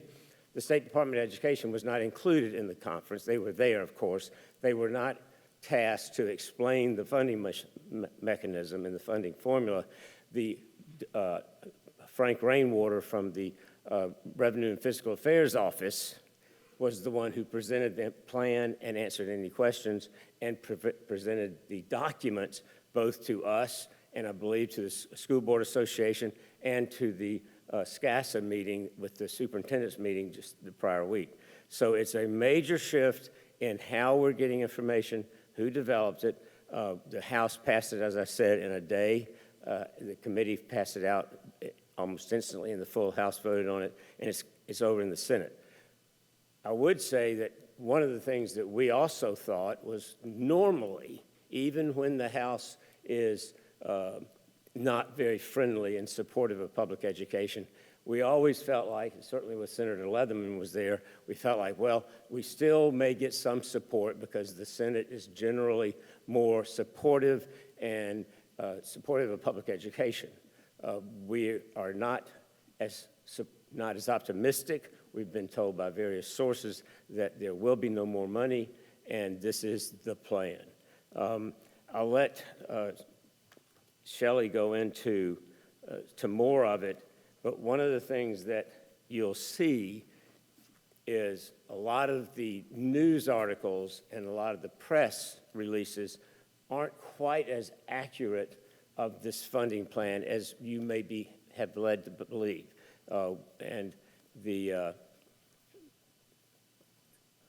We don't think that what it does do, it is very strong and very helpful to the lower spending, smaller rural school districts. That is a plus. Their effort is to raise those, and hopefully the other districts will come down so that we are all average. That's apparently the plan. That's the essence of the plan. And with that, I'll ask Shelley first, if you have any questions of me, and then I'll turn it over to Shelley to give you some more details. And I will reiterate, we are happy to come back. We're happy to have any work sessions, anything. We're understanding it more and more every day, and we're hoping that we have more support in the Senate. With that. Thank you, Dr. Miley. It throws around the term expert really well, because to say that anyone is an expert on this new funding model and the way the budget is currently calculated, I think that's really stretching it. I've talked with some of the smartest business officials in the state that have been doing this for a very long time, and we are all still trying to piece together what all these moving parts mean. What we did want to share with you guys tonight is what we do feel like we know or have a pretty reasonable understanding of at this point, and then some of the things that we are having to make some educated guesses about, but based on what we're seeing, what we want to prepare folks for at this point. I know most of you have probably seen news articles, read news articles. A lot of districts are breaking down, doing analysis on the numbers that we've seen so far. None of that is final at this point, but they are trying to go ahead and, you know, everybody's trying to wrap their head around the whole concept and what it could mean for their district. So that's basically where we are. The things that we do know that I can share with you with absolute certainty is that there are terminology changes from the old formula to the new formula. I can tell you that very, very clearly. The terminology that we used to use with the EFA funding calculations, those calculations are basically not going to be there anymore. So the sheet we go over in our budget where there's a calculation based on weighted pupil units, that calculation is just going to look different. It will no longer be referred to an EFA line item, and I'll show you some screenshots of that in just a little bit. We'll talk about it. The new terminology is going to be Aid to Classrooms program. The funding, the biggest piece of this relates to the fact that historically we've been funded with a base student cost for weighted pupil units. So basically our funding was based on the number of students we had. Now the funding is going to be based on a defined per teacher cost, which I'll talk a little bit more about in a moment. And there is still a piece of that calculation that's based on weighted pupil units, but those weightings are a little different now. So it's great for those of us who have been doing this for a lot of years because, you know, we were really good at doing the old calculations. So now we're having to start fresh. So it's been real interesting. Okay, there's a lot going on this slide, but basically the next three slides are some of the excerpts from the Revenue and Physical Affairs presentation that they put out dated March the 3rd. So it can be found on their website. Basically that document and the appropriations bill or 5150, H5150, that is pretty much all we have to go on for our budget right now. So between those things, we're having to gain an understanding of this new funding plan and what it means for all of us. So I wanted to make sure that you guys had the opportunity to see all of that. I will tell you, if you read the presentation from cover to cover, if you walk away from it and feel like you understand all of it, please come up here and share with us, because you'll have a lot of questions. But it is included in board docs, the entire presentation that RFA did. I did pull out a couple slides from that because I want to talk about a few things that you're going to hear repeatedly, and you may have already seen in news articles, and just wanted to make a few points that hopefully will resonate that I do think going forward are going to be part of what we are working with in our new funding plan. You're going to hear reference to the strategy now being that we're funding classrooms based on, again, the statewide average student-teacher ratio. You're also going to hear reference to the targeted student-teacher ratio this year of 11.2. several things about this 11.2 student ratio that I want to make sure everyone, all of the board, the general public understands. That 11.2 targeted student-teacher ratio does not just include classroom teachers. It includes several other categories of FTEs, such as guidance counselors, nurses, social workers, and on and on. That's on the following page, but it outlines basically which positions they're including in that calculation. I will tell you the greatest struggle in trying to understand all these moving parts is wanting to correlate these numbers with something we understand at the district level and or the state level. I want to take that 11.2 and go, well, how does that tie in or relate to what we have here at Richland 2? You can't do that. I'm just going to go ahead and tell you. This is the part I do feel like I do not know anyone who has truly been able to nail that down and do a comparison. It is a calculation. They have a calculation where they came up with the total teachers in the state, and they came up with this 11.2 ratio, okay? That ratio is used in the calculation to allocate.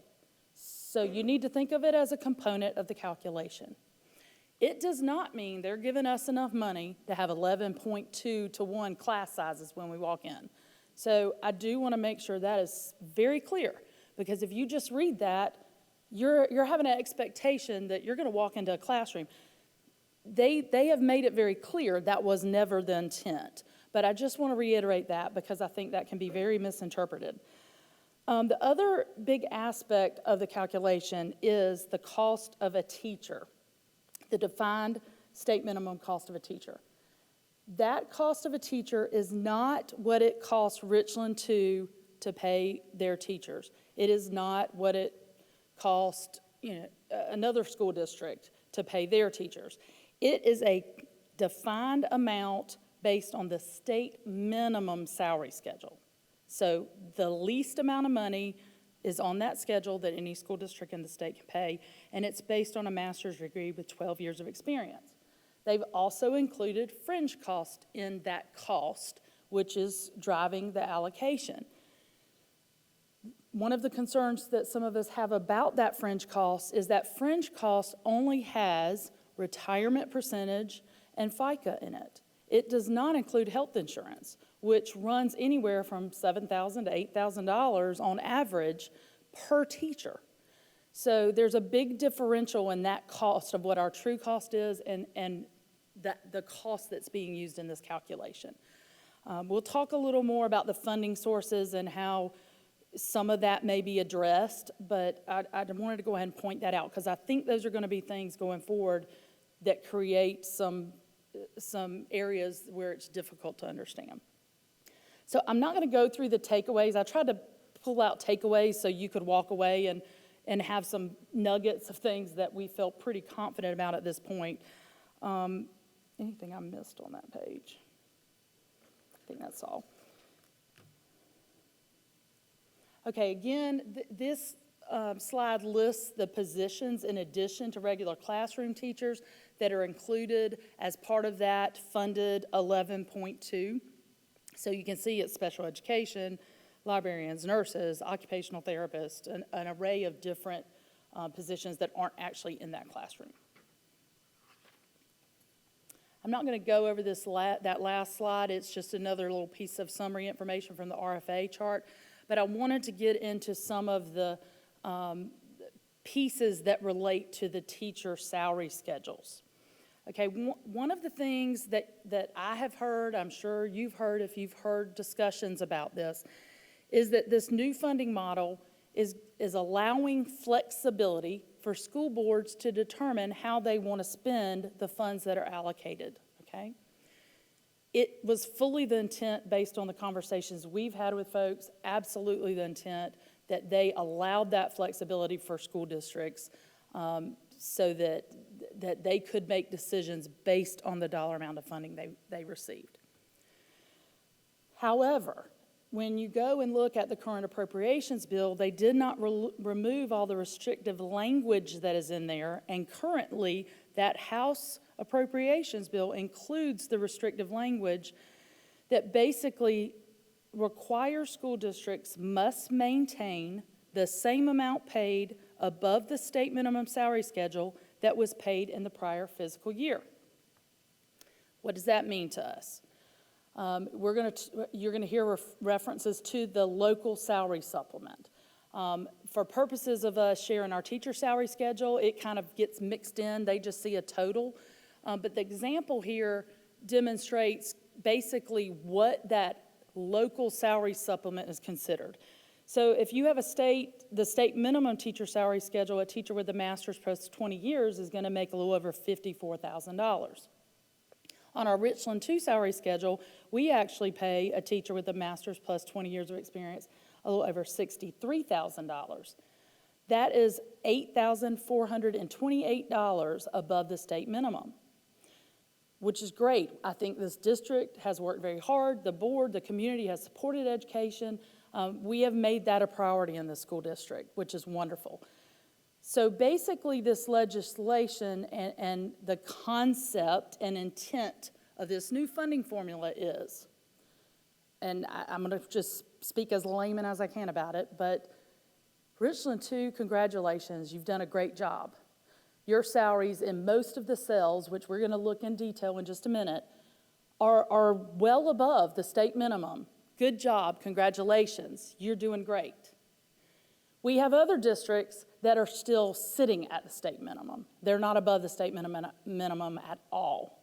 The goal at the state level is to bring those districts up so that they at least meet that minimum, and the discussion is to bring it up $4,000. So that's the other catchphrase you probably heard thrown out there several times, adding the $4,000 to each cell. The $4,000 that's being added to each cell is being added to the state minimum salary schedule. So in this example, you see we're already $8,428 above the state minimum salary schedule. The intent was never to increase that amount in Richland 2. Oh, I've got several slides. It'll resonate a lot going forward. So as a matter of fact, I apologize if some of it seems very repetitive, but I tried to present it in several different ways so that hopefully folks would understand it depending on what piece, really resonated with them. Basically what we did, just for everyone to kind of see where do we stand with our salary schedule right now. We took our current FY22, fiscal year 22 salary schedule for Richland 2 and compared that to the current state minimum salary schedule for this current fiscal year. So you'll see, just in pointing this out, these first 5 columns are basically Richland 2. You see last year we brought our 0 bachelors to 41. Let me see if I can figure this out. Oh, look there. To $41,000.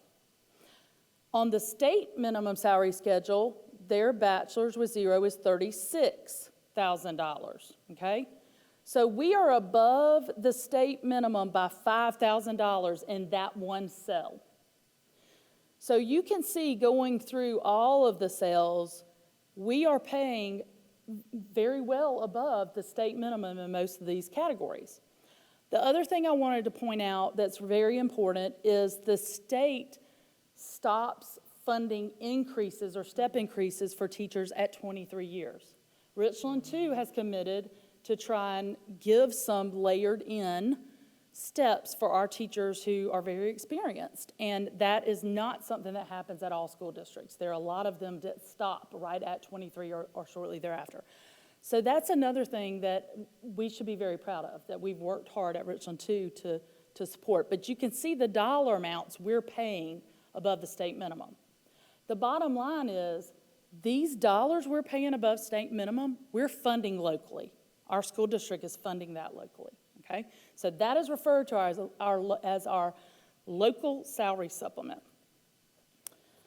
Okay, on the next slide, basically, this takes our current year Richland 2 salary schedule, and it compares it to the state minimum salary schedule if it were increased by $4,000 per cell. So what they're proposing for next year is what the middle schedule is reflecting now.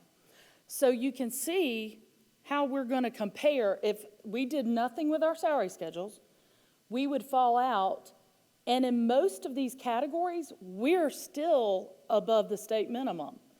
So that means we were more than $4,000 above state minimum this year in all of these positive cells. These cells that are highlighted yellow are the handful of cells that we have that are not currently $4,000 or more above the state minimum. So we would have to increase these categories in yellow, even if the appropriate flexibility was allowed and written in. To jump back to that flexibility component, we have had lots of conversations as an association, a state association. I'm sure school boards, several associations have probably had lots of conversations and have talked with senators and staffers that work with those Senate folks to let them know that they've got to add that flexibility language. If they don't add that flexibility language, we will have to give $4,000 salary increase to every single teacher. And while we would love to do that, the state is only going to fund us for these few cells right here. Well, that's about 186 teachers in our district. And we're not going to receive $4,000 worth of funding. We're going to receive what we need to bring it up to the state minimum. Because the formula is designed to fund every district based on the state minimum. So you're above the state minimum, you're not going to receive funding to give that increase. If you're below the state minimum, you're going to receive it because you need to be brought up to that middle. So there's kind of a little bit of an equalization going on here, which globally, you know, as a state, that's great. But that is going to provide less funding to us to provide increases to our teachers. So that's one of the biggest pieces, I think, tonight. If you walk away being prepared that that's going to be something we will very likely be facing. And we are not the only district that is in that situation. There are several districts in that situation. Any questions before I go on to the next slide, because we'll get into a little bit of the budget components, but any questions about the salary schedule aspect? Board members, any questions? So I have a question. So basically, if I'm hearing you correctly, for the increase, we will have to provide that out of some other pocket of money of our own because we're not going to get any money from the state. Is that what I'm hearing? Yes, that is correct. Wow. And you're going to see some numbers, very rough estimate of numbers, and just a little bit about that. Okay. We're not proposing that. No, but we're just going to kind of give you some idea of what that looks like. So Okay. what they're doing is they're going along and they keep stuffing down our throats, unfunded mandates. Exactly. We need to remember all this Well- stuff, folks. When it comes to voting, we need to remember this. If they add the flexibility language into the Senate, when the Senate gets their opportunity, if they add the flexibility language, it would it would not require us to give a $4,000 per teacher unfunded mandate. It would give us the flexibility not to do that. But it also gives us the flexibility not to do that.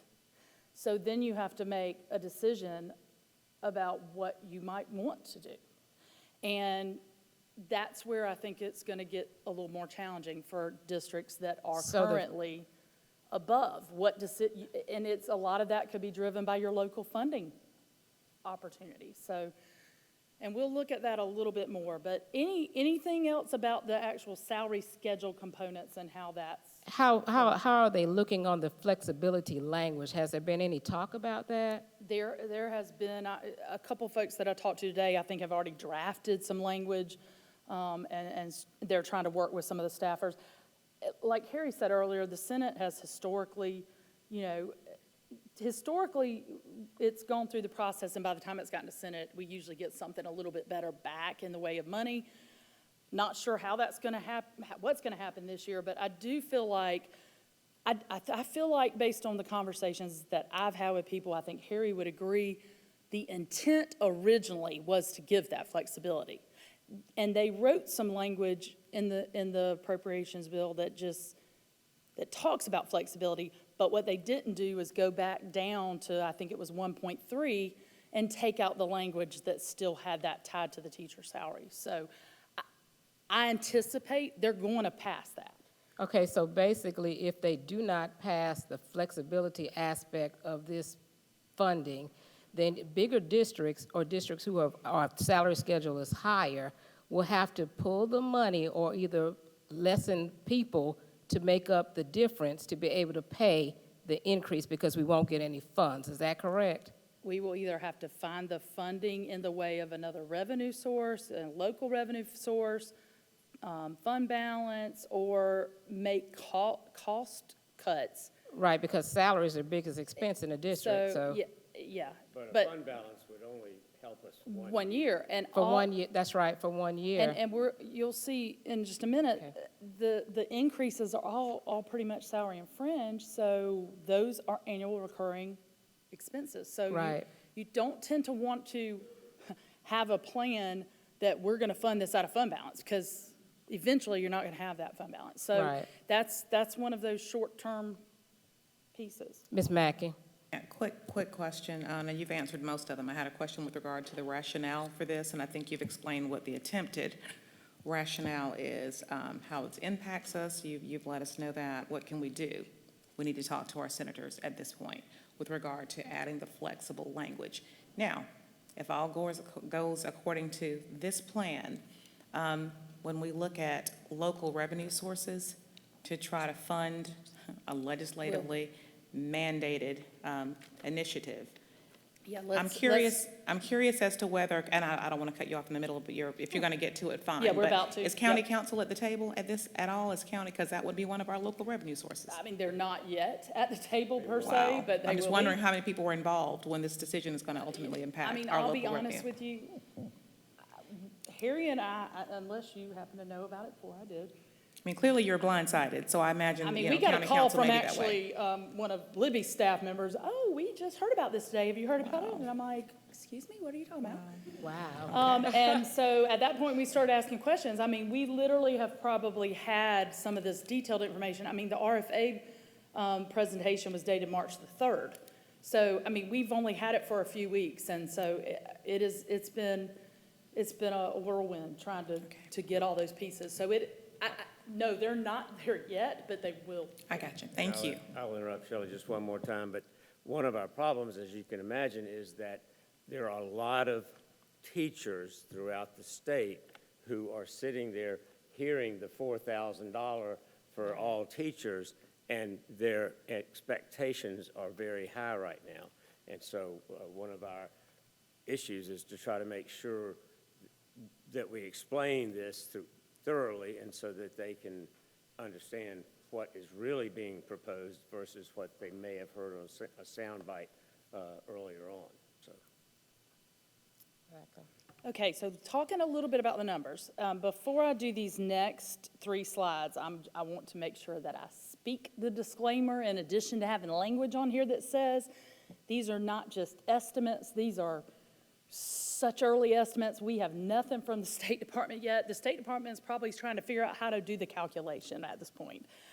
They're hoping to get something out to us in the next week. So this is really early on.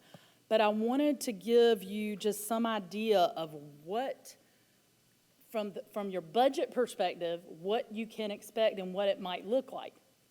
Because the other piece of this is they're rolling several different allocation line items into this aid to classroom program, okay? And that's not necessarily something uncommon. We've seen that happen before, but usually it's not this many lines, and there's some crossover with EIA funds. And so that's also going to make it very interesting. So basically, you're accustomed to seeing this EFA line item, this state fringe line item, EIA transfer for TSS, teacher salary supplement, and this state aid to classroom line item. So if you looked at your budget document from last year, and just to be clear, this is not the entire budget document. I just pulled out the pieces that specifically relate to this aid to classroom program.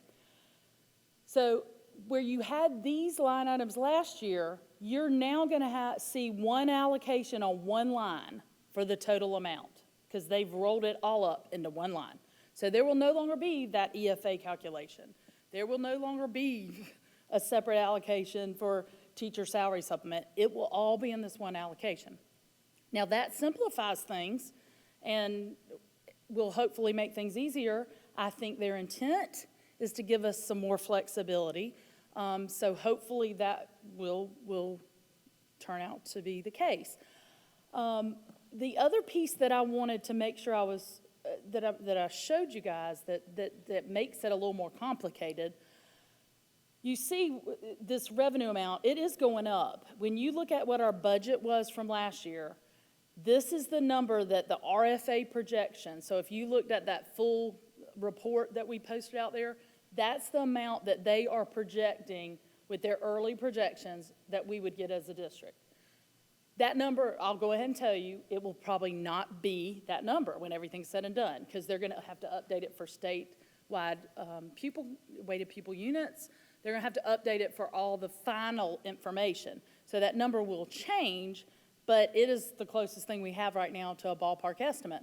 So that does show a revenue increase of $4.8-something million over our prior year budget. The problem is we have $3.5 million that is out in our EIA funds that are also being rolled up into that line item. So the Fund 338 at risk and the 397, which was the old aid to district funds that were in the EIA funds. So like when you get your quarterly reports, the first sheet is got the general fund, and then we go through those other state funds and we have the EIA sheet. Those funds are usually reported on that EIA sheet. So now what's happening is the revenue associated with this is being rolled up into this line item, which is one of our general fund line items. So at that point, the revenue goes away out here in these funds, and the expenditures that we have committed to out in those funds either have to go away altogether, or you have to take them on in the general fund.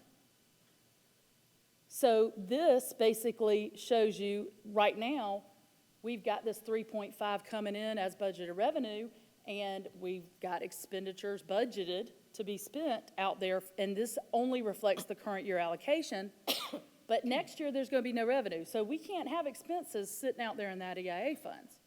I added a little bit of information. I think we've provided this before from some questions that board members had and had given some detail. But this gives you some detail of what's in those two funds. When you look at what's in those two funds, our EIA at-risk funds are roughly 99.3% salary and fringe. So unless you're going to cut all those salaries, you've got to have a plan for covering those salaries. A lot of those are R2i assistants, parent educators, child development programs, and they fund most of Blythewood Academy. So it's not necessarily expenditures that we're going to go, oh, we're just not going to do any of that anymore. I mean, there are things that we are not going to want to discontinue that we're going to take on potentially. Aid to district funds also has a number of different things. 54% of that is salary and fringe as well. I put a little bit of detail about that. But just kind of wanted to paint that picture for you, because in the end, those expenses are likely to change too. Sure.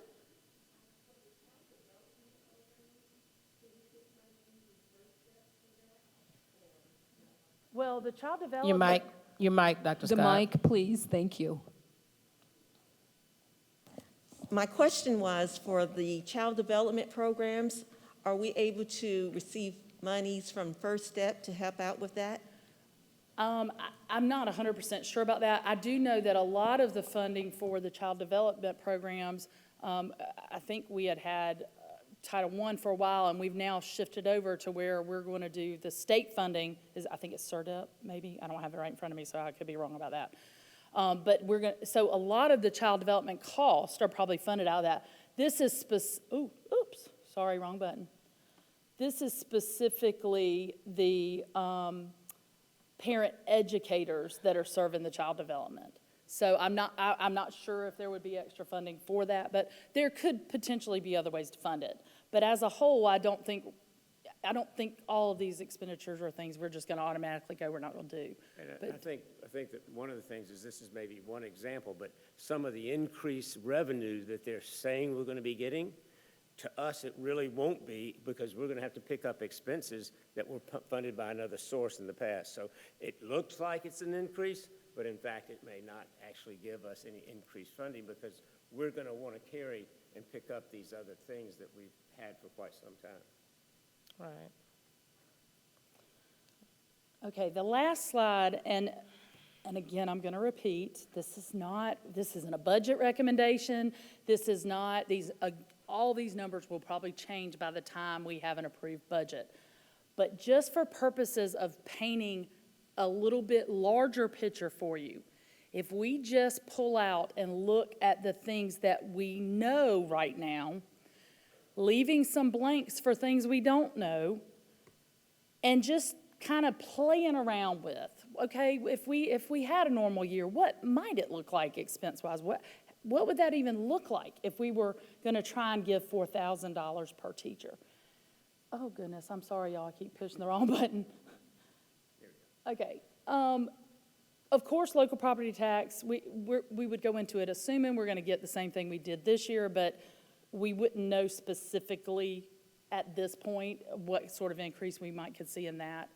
We'll talk a little bit about the millage piece in just a minute. We do know, one of the things we do know, we've gotten information on the Tier 3 property tax relief funds, and we are going to get an additional $2.3 million for us. That's very good news. That will help us. I brought over this new aid to classroom allocation that you just saw on the previous screen. Our net anticipated increase from our budget is the 4.8. What we don't know is what sort of money we might get in this retiree insurance line item, which I think they're going to use to probably fund not just retiree insurance, but insurance, not real sure, still very gray, and this state revenue for pupil transportation. We're very confident we will get more money in both of those categories. We just have no idea how much right now, and whether it'll be enough to even remotely offset the costs that are going to increase associated with it. As we pointed out earlier, as we go through these estimated expenditures, right now these are just some of the high-level things, and they're all salary and benefits, which are going to be recurring cost.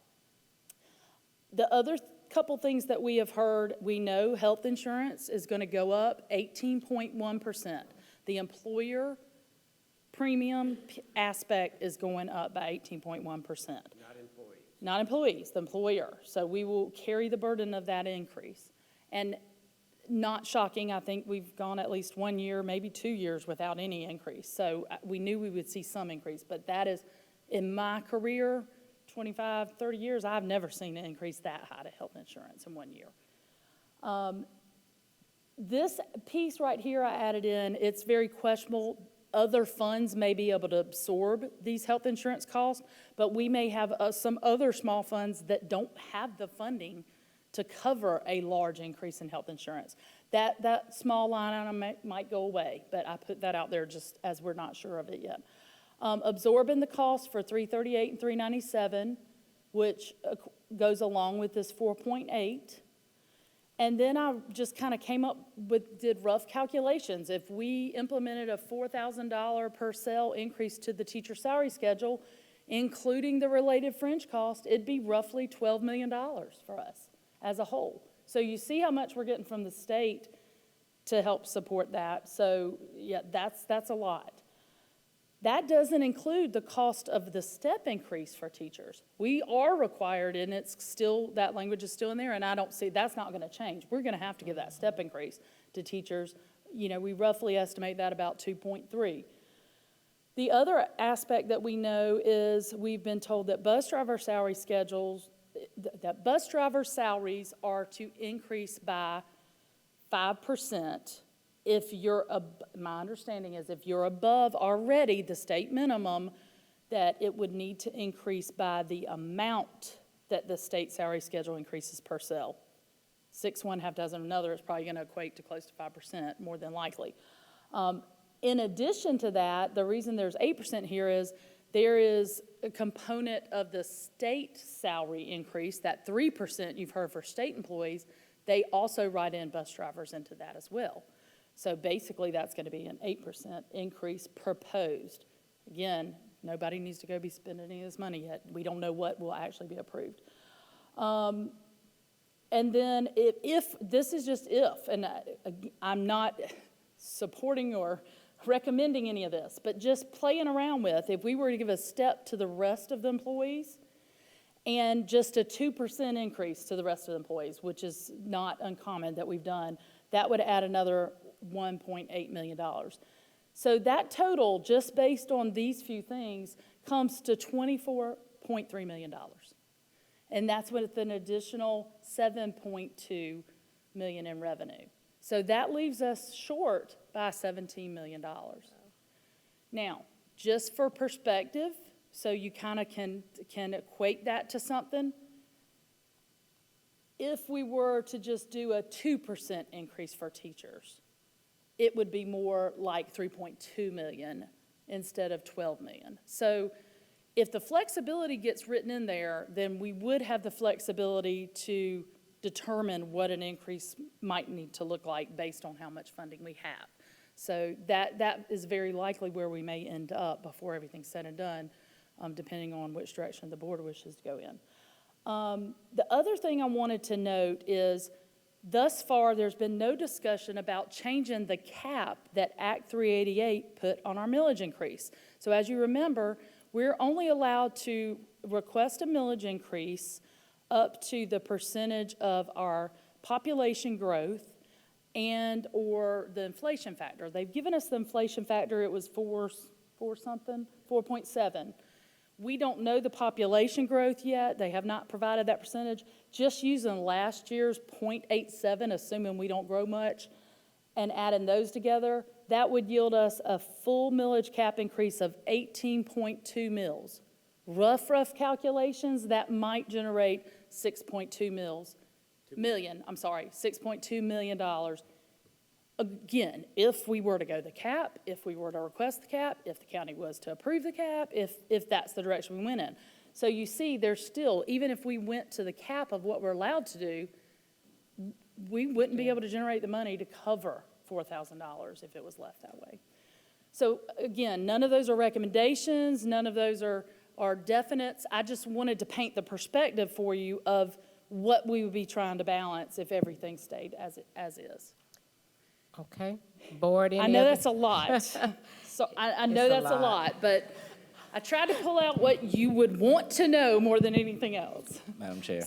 Mr. Manning. I want to say thank you for the details. Certainly a lot to digest, kind of the translation of old versus new, and there's a lot of unknown. I know that with our current county council, there's a lot of hesitation for increase in millage, so I think we would run up against some roadblocks should we try to be in this potential scenario and look at that. I think we would run across some roadblocks.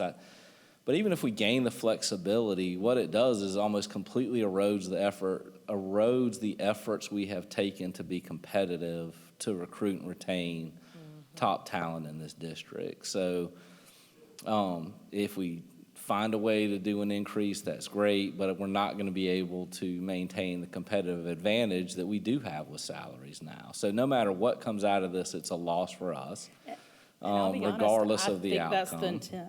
Right. I truly think that's the intent, to put us all on level playing field. To make us all on a level playing field, make the more rural areas of our district more competitive and erode the work that we've done here. So that's going to be difficult for us. We still have some competitive advantage just by location, but still, it erodes a lot of the work that this board and administration has done. And, you know, again, the frustrating part is it's not the first time they've played the shell game where they increased before base student costs, but eroded line items, did not take away the requirements, which is what Dr. Miley, I think you were referencing earlier, some of this, that there, or Shelley, both of you, that they're still, the requirement will probably be there, but they'll just shift the funds, and so we're still held accountable for completing that. So it certainly looks like it's interesting, in a time when we have the biggest budget we ever have, we're about to find ourselves in some difficult financial times. So it's certainly juxtaposition, and as you mentioned, there is an expectation people see the $4,000 and automatically assume that's coming their way. And, So- I mean, you've heard $4,000 and you've heard 11.2 class size. Right, So, you know, a layperson just reading the newspaper and not really paying close attention is going to walk in and wonder why are there 20 kids in this classroom, and why are you not giving the teachers $4,000? I don't understand, you got all this money. Very purposeful, right? And it's misleading. Yeah. Yeah, very purposeful. And it's a shame that passed the House 100%. I mean, it's, And one of the concerns I brought up, and, you know, Harry's the economist, he probably could get into a lot more details with this, but, you know, when you look at that big picture of the state even, forget how the impact of Richland 2 per se, but the state impact, ultimately, the districts that want to keep that competitive edge, they're going to have to shift that burden out to business owners, basically. I mean, it's going to hit, the burden of it was going to hit your business owners if you increase the millage rate. right, with Act 388, it would. And unfortunately for districts like us, we don't have much of a window. I mean, we've already, bedroom communities, communities like Richland 2, other communities that don't have the business infrastructure already have an undue burden on businesses. We've already seen as a board, we have the highest millage in the state of South Carolina in Richland 2. And you're going to see more and more shift throughout the state of that burden onto business owners. Right. So we don't have a lot of headroom now, so we're going to hit a window pretty soon that is with nowhere to go. Okay. Dr. Caution Parker? What brought all this about? What brought all this about? I'm going to tell you what this reminds me of.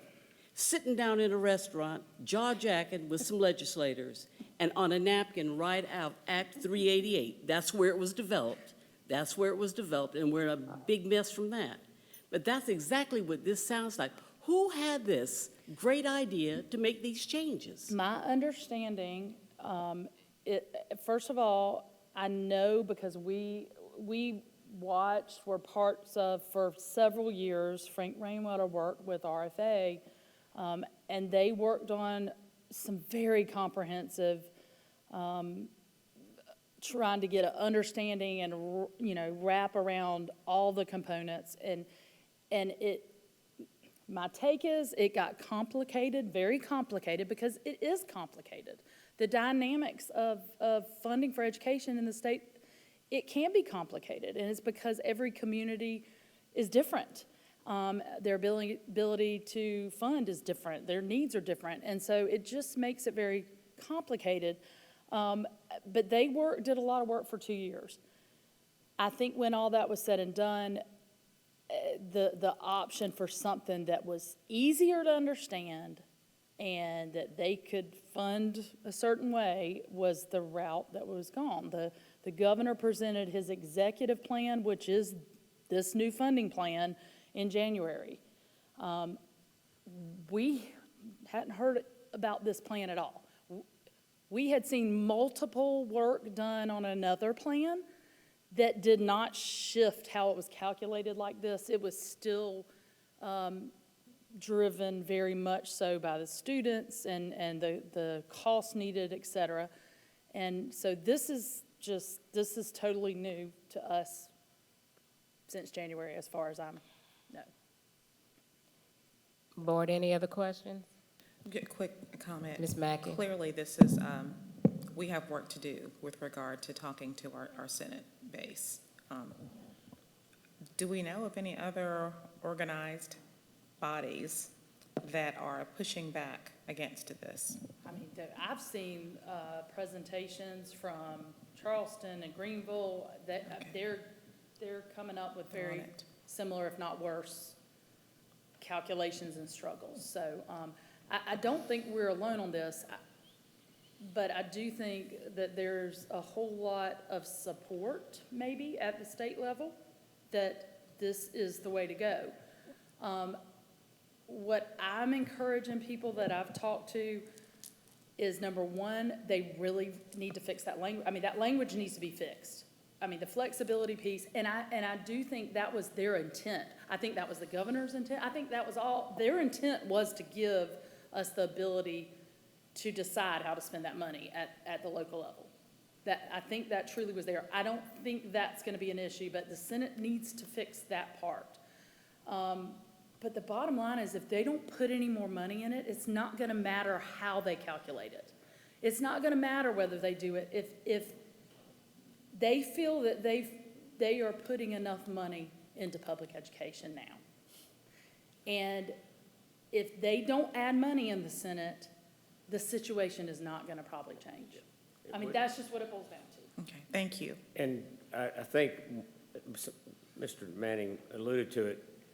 This backdrop, it's roughly $150, $200 million increase in total public funding for K through 12. We have about $2 billion extra. So in essence, what they're doing is saying education, K through 12, should get 10% of all the new money when it represents half the budget. And so I think it's deliberate. I don't think it's an accident. But when we have a budget surplus of $2 billion, and we're going through these discussions with you about how difficult this is going to be and how the state is not going to fund districts that have been leaders in the state, and that we're going to be strapped for funding, it's not by accident. It's not a mistake that somebody made. It's very intentional, and you know, if you want to promote charter schools and private education, and what better way than to have public schools struggling? So that's could be part of it. I don't know, but Shelley won't say that. I'll say that. But we've been up here a long time. I know it is a lot here. This is important. I appreciate it you is, responding. and we'll be back. Trust me, we'll be back at probably every board meeting with updates. There is a takeaway sheet, so y'all can take a look at that. The public can look at it. It's on the board docs. And so we'll be back, and this will continue. And we have our hopes for the Senate to help, but we're not sure at this point. So if there are no other questions. I would like to Thank say you. something. Ms. McFadden? I understand it's going to be maybe a struggle for those teachers in our district who may be expecting that $4,000 raise. However, when you look at other counties and teachers there that are far behind, I mean, if we're talking about equity and, you know, providing for, you know, everyone to kind of get where they need to be, the state is doing their job. I mean, they've been pushing equity for a long time, and so this is their portion of pushing equity for the teachers. It will be a struggle for us as far as our teachers are concerned, and I agree with that completely. However, I do appreciate the state's effort in helping other counties because we are a very blessed county here. Our teachers do get paid a lot, you know, as far as over the budget. So I'm glad that they are looking at other districts that are struggling, that don't have the great buildings that we have, that they are going to have an opportunity to compete with our students here in different areas. So, you know, you're talking about teachers who are able to teach better, get better resources, and that money coming in, so I'm appreciative of that. However, I will be thinking about y'all, you know, and how we're going to come up with, you know, helping our teachers here as well. So thank you so much. We also applaud that. It would be nice if the state would pull those others up without pulling the others down. That's the key. And we feel like with $2 billion, there probably was funds to do both, and we agree with that. Those minimum salaries in some of those poor districts should be increased, and we have the adequate funds. So, but thank y'all. Well, thank you, Dr. Malley and Shelley. I appreciate, and Dr. Malley, thank you so much for having the courage to state the hidden elephant in the room, that it's deliberate. It's deliberate when you have a body that is more interested in funding charter schools and things of that nature for the state. So if you take down the big giants, which is like our school, Greenville, other districts that are doing well, if you take them down, then it makes charter schools and other schools look more attractive. So I'm going to say to the parents that of this district and bigger districts, you need to really look at this and talk to your senators, because I agree with you, Dr. Malley, and thank you for having the courage to say that. It is deliberate, but we need to just really make sure that our parents are informed and that they're writing their senators, because as you said, and I think it's fine to increase others, but it's not fine to destroy others for the benefit. That's not right. because we've built something, we've worked hard to get here, and other districts this large have worked hard to be here. And it's a shame that we're getting to the point that they see if you can take the big giant out, you can maybe get what you want. But thank you both for having for this report. It was very detailed. Thank you. Thanks to Shelley for that. Thank you. Madam Chair, I just wanted to make one quick comment. There are public charter schools, so I just want to clarify that as well. Yeah, there are public charter schools, yes. Thank you, Dr. Scott. But I was talking about the other ones, but I thank you. All right, at this time, we're going to move on to 10.4, capital improvements. Dr. Davis. Thank you, Madam Chair. Madam Chair, members of the board, to our community that's here with us and those that are viewing, we have our Chief for Operations, Mr. Will Anderson, who will provide us with our capital improvements update for the March 22nd, 2022 regular school board meeting. Mr. Anderson. Good evening again. You all have your reports in your packets. They're also available board docs for the public that give updates on all of our projects. I'll be very brief tonight. Just want to let you know that we are seeing still substantial increases in prices and delays. We're working with our contractors daily to work on those. The Performing Arts Center will break ground in April, and Condor and Joseph Keels will break ground in May. And in order to just have some positivity about our projects and to give the public an update, our communications office has put together a brief video, and we'll go ahead and end our discussion with the video, and I'll stick around for questions if there's after. Tony?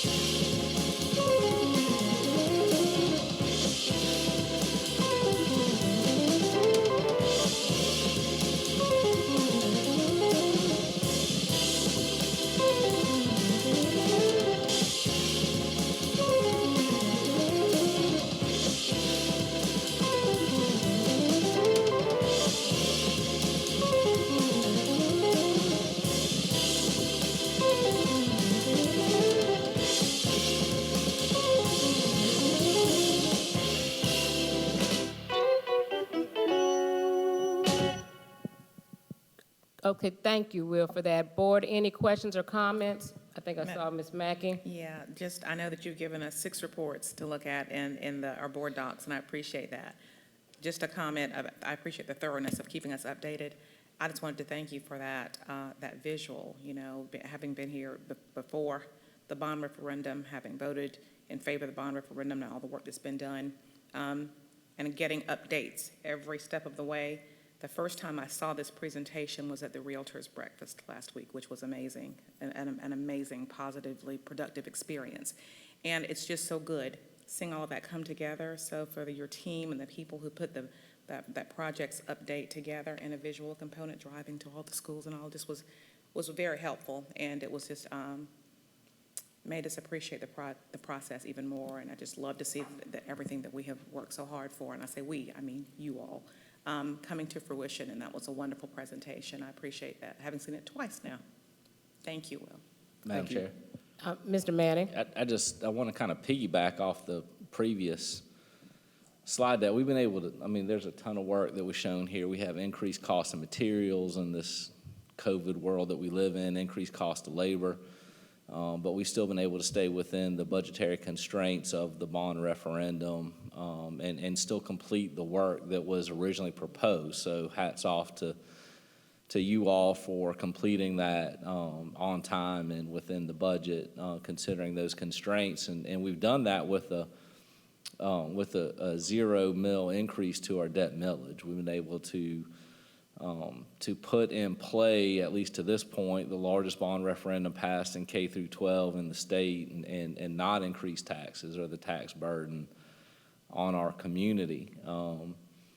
And so we are good fiscal stewards in the district, and we work very hard. It's a shame that we may be in a position where things outside of our control will push us to change that tax environment and the millage increase on the general operating side. But I do think it's important for the public to understand that we've stayed true to the commitment that we made when we passed the bond from a fiscal perspective, and are on track with that. So thank you. Okay, board members, any other comments? Okay, if not, thank you, Will, for another great report. Thanks for the Appreciate kind you. words, and all credit to our staff. John Clayton and his staff do a tremendous job, but thank you all very much. Thank you. Okay, moving on to item 11.1, draft agenda item for April 7th, 2022 meeting. Dr. Davis. Thank you, Madam Chair. Madam Chair, members of the board, to our community members that are here with us and those that are watching on live stream, we are at the point of our meeting to review the draft agenda for the April 7th, 2022 board meeting. I would like to pay special ask to members who are viewing and those that are in public here participating with us to pay special attention that this is a board meeting that will be scheduled for Thursday, not Tuesday. So this will be Thursday, April the 7th. This board meeting is scheduled to begin at 5:30 p.m., where we will call the board meeting to order and then convene an executive session. I would like the board, as you're looking through the executive session item, there is an item that was requested to be added to an executive session. That item will be a discussion, or the item would be a security briefing or update. Security briefing of update. So it has been omitted from this draft agenda, but I think one that should be added for the consideration of this particular agenda. So you will see student appeals, and then also, and I'm asking to add a item for security update. They will come out of this executive session and for our public participation, for public input on the 2022-2023 bond, 2022-2023 budget. So we will have our public input session for the 2022-2023 school year budget. Once the public inputs part of the board meeting has concluded, we'll move to our inspirational moment, and then followed by the approval of our agenda, which is followed by the approval of our consent agenda. On this consent agenda, you will see the second installment of the ratification of personnel for the 2022-2023 school year. This will be followed by our first public participation, and then voting on executive session items, which would include our student appeals. We'll have our new business, no action requested, which will be the highlights, and then followed by the month of the military child, our legislative issues update, and then our budget update, followed by the draft agenda for the April 26th board meeting, and then the approval of said agenda, public participation number 2 if needed, board and superintendent comments, executive session 2 if needed, voting on executive session 2 items if needed, and if not, we'll move from board and superintendent comments to adjournment. Okay. Ms. Mackey? Yeah, I have a question. I know that I've gotten some comments or some questions rather from people who watched our board workshop. Liz Guthridge actually did come back to us after the March 4th workshop with some recommendations and assessment. As a matter of transparency, since that is, I know, often touted, how can we go about making that available for the public, her recommendations? I know she sent them to us, but since she said publicly in her workshop that she would share her assessment, I'm not sure how we can go about doing that. It could be done in the form of an update. Okay. From the office of the form of an update, yes. Thank you. Yes. Okay. May I have a motion for the approval of the agenda items for the April 7th, 2022 meeting? Madam Chair, Ms. Mackey? I move to approve the draft agenda items for the April 7th, 2022 board meeting. May I have a second? Second by Dr. Cheryl Caution Parker. Any discussion? Madam Chair, Mr. Manning? I'd like to make a secondary motion that we add the security update to executive session, and we also add an update on our board work with Liz Guthridge as an update to the agenda. Okay, that's a motion. Okay, is there a second to that? Second. Second by Ms. Mackey. Any discussion? Okay, seeing none, we'll call for the vote on that. Electronically, please.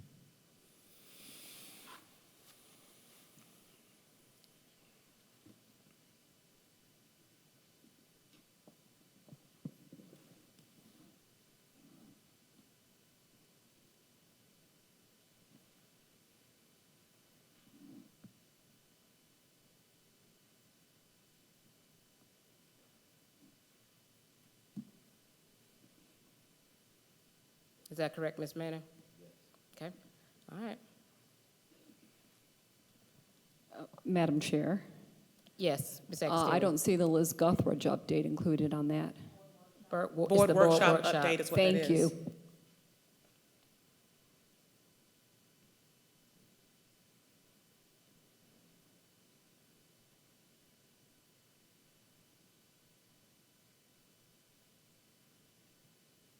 Motion passes 7-all.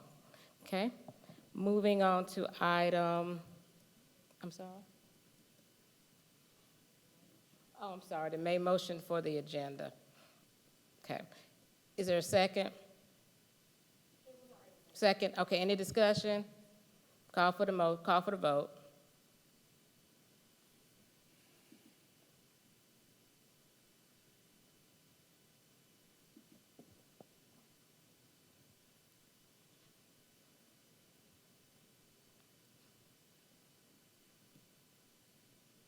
Motion passes 7-0. Okay, moving on to item, we don't have any need for 13.1, so we're moving on to item 14.1, Board and Superintendent comments. Ms. McFadden. We'll see you in about 2 weeks, or actually on April the 7th. Y'all have a good night. Okay. Dr. Caution Parker. Okay, first, loved the student presentation for Inspirational Moment. That was just outstanding. That was just outstanding. And I want to thank Sodexo for their contributions, not just this evening, but deeply appreciate all the contributions they've made to Richland School District 2 and all that they do for us.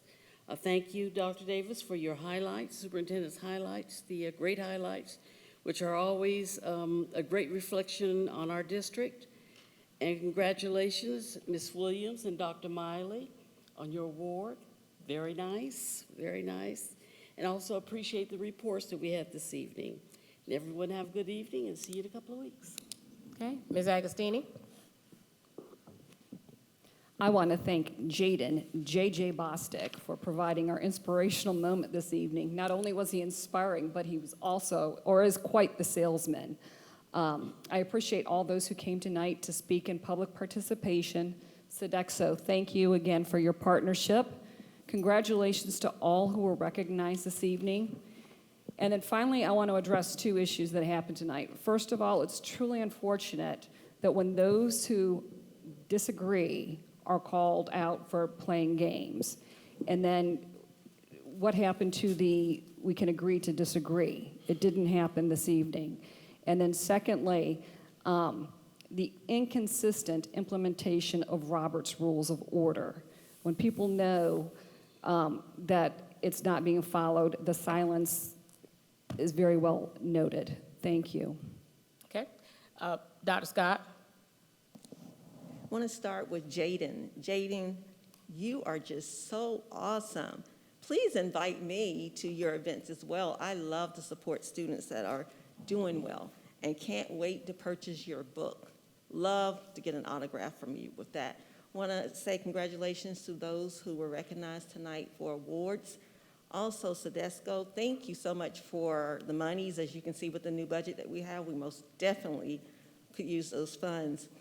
Parents, thank you for your voice. I do appreciate that. Sometimes we may agree to disagree, but your voice is always heard and is always welcome.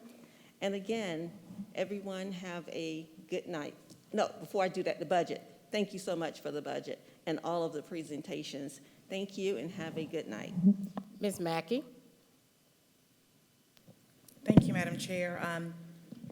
Echoing my colleagues' sentiments with regarding the presentations tonight, just wanted to say something about the Bingo biodiesel ribbon cutting that Dr. Davis described earlier. It was a pleasure to be there. I know converting oil to fuel, it was a very complex process, and I tried to keep up. It was a whole lot like chemistry class.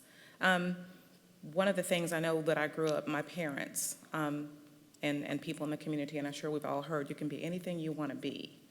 And I know that as I got older, I thought about that, and it's not necessarily so. You can be anything you've been exposed to. So I'm so thankful for Blythewood High School, implementing that program with Will Epps, who was actually, saw that there was a problem and that he was going to these, working in the industry and seeing that there was such high turnover with employees. And he thought that if at the school level, you can educate students and teach them the skill, then, they become interns and just, something they've been exposed to. So I appreciate that. The Premier 100, I've already mentioned the Realtors Breakfast, which was amazing. The Premier 100 Conference, I so appreciated being able to attend, Dr. Davis and the folks, I think it was Williams and folks who put that together.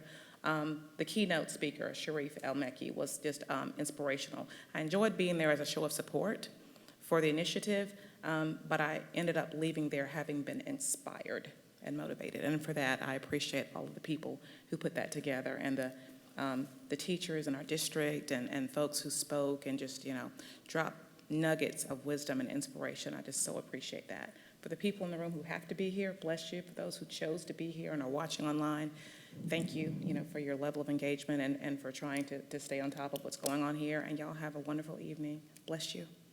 Mr. Manning? Yeah, I also had the chance to attend the Premier 100. It was a great event.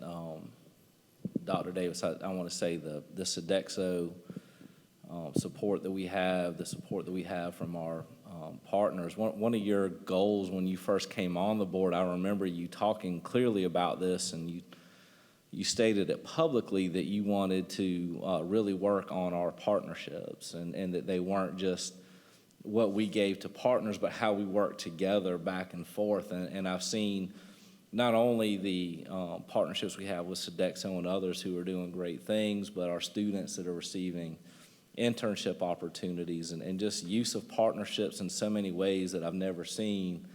You have truly taken, and it's not just you, I know we have Maria, lots of folks working on it, but you have really put into action one of your main goals coming into this district. And so I appreciate that work, and it's very noticeable when we see the presentations that we have. And that work is not done. I know we have a new initiative that Maria's putting out with our partners, and so we're just continuing to grow that. So thank you for those efforts. Again, a goal that you put forward that the board accepted, and you've put that in action. Yeah, I mean, it is disappointing. I heard Ms. Agostini's comments. We continue to cast aspersions and inconsistently. So at one point in the meeting, I was actually called by Dr. Holmes to speak, and other board members spoke out of turn to the point where I didn't have the opportunity to say what I was going to say, which was in favor of Robert's Rules of Order. So when other opportunities come up, I then question, do I want to put myself back in that same situation where we, choose one person and how they use it versus another. But as we'll see when we get to Ms. Guthrie, some of us like to stay in high conflict. So that's unfortunate. And I would also say that while I certainly am an advocate for public education, I am elected to the Richland 2 school board. And so I will always support public education, but I will always support Richland 2 and our needs for our students and our teachers and our staff above other districts. And I am not shy or concerned about that. I am voted to this school district to support our students and to support our community. And I promise you other school districts will not be as collaborative when it comes to their share of the pie as well. So I certainly support public education. But, again, I think we have to watch for Trojan horses for those folks who broadcast themselves in one light, but when it comes time for action in the best interest of this district, may not act in that same way. Staff, I appreciate it. We have a lot of work ahead of us from a fiscal standpoint. I do not want to see our competitive advantage erode because we have worked too hard to put that in place. So we have a lot of work to maintain that. Thank you for all and Dr. Davis, I have to say, the highlights that you do, I'm really kind of jealous because we do all this stuff, but the real thing, what really matters is the things that you talk about, because it's not about us. It's not about how we get along or whether we follow Robert's rules or any of those things. What it's about is the students and staff succeeding and making a difference in their lives, the direction, their forever future. And that is the real work that we're supposed to be here for. So I'm a little bit jealous that you get to make all those positive comments and put that out there. But really, that's the highlight of the whole meeting, is that's we fight up here amongst each other and we cast aspersions and do all these things, but there are a lot of very positive things that happen in our schools every day, which the ones you talk about is just tip of the iceberg. The other thing, I'm proud of my daughter, but y'all watch out, she's driving now. So watch out for the vehicle with Taylor Manning behind the wheel, but I'm proud of her. Y'all have a good night. Dr. Davis. Thank you, Madam Chair, members of the board and community. Again, shout out to Jaden Bostic. I did have the honor and privilege of attending his fashion show a few years ago. And I thought I was being invited to display my sense of fashion, but no, I was asked to speak. But that was fine, and I want to thank him and his family for returning the favor, for speaking words of encouragement and support to not only myself, but to this entire board and to this entire community. A young man that's really demonstrated by example what good character is, and also having the courage and the fortitude to share positive words of encouragement to move us forward, to help us move forward. We don't often get positive encouragement. We often sit here and listen to complaints, concerns, criticisms, which come along with the job, but it's always good to have someone speak positive and words of encouragement over you to help you to continue to do the work that we're doing. In particular, he said something that was very important, that you have to make tough decisions, and you make them anyway, and you still have to go home to your families as well. And as we all know, being in these positions of leadership, that you do have to make very tough decisions, especially if you strive to move from level 1 leadership of being a boss to level 5 leadership, which is transcending the area in which you are leading. We want to transcend the field of education and be leaders within our communities. And so we really thank Jaden for those powerful words that he spoke to us today. I also want to thank our community for their participation in our policies and review. It's good to see that individuals will read some of the policies and have their thoughts shared with us as we look and work toward making this district, continue to strive to make this district a premier district. There are many decisions that have to be made on a daily basis, and it is important to have input from them. We create spaces of input for our parents as well. So I like to see them participate and reach out to their representatives at the FACs, because a lot of times these policies make their ways through faculty advisory councils as well as the parent advisory councils, and each school has a representative on each council that they can have some conversations with as we're reviewing policies, and then those things can come to the forefront as we're working on bringing these policies to the board. So I really want to thank them for their participation. Again, just a lot of accolades and shout outs and congratulations to our state winners, Dr. Miley and Ms. Williams, to the wonderful staff and all the hard work that you do at prepping for these board meetings and up to the moment of the board meetings. We are working, trying to provide the board with as much information as we can and to be responding to the requests that are coming in. So thank you all for standing along with me, beside me, and also around me to ensure that we get information out not only to the members of our board, but to our community. I think it's important, and I'll leave with this, that we have to begin the process again of the reconciliation and understanding that we are all a team and working toward the best interest of the students of our school district.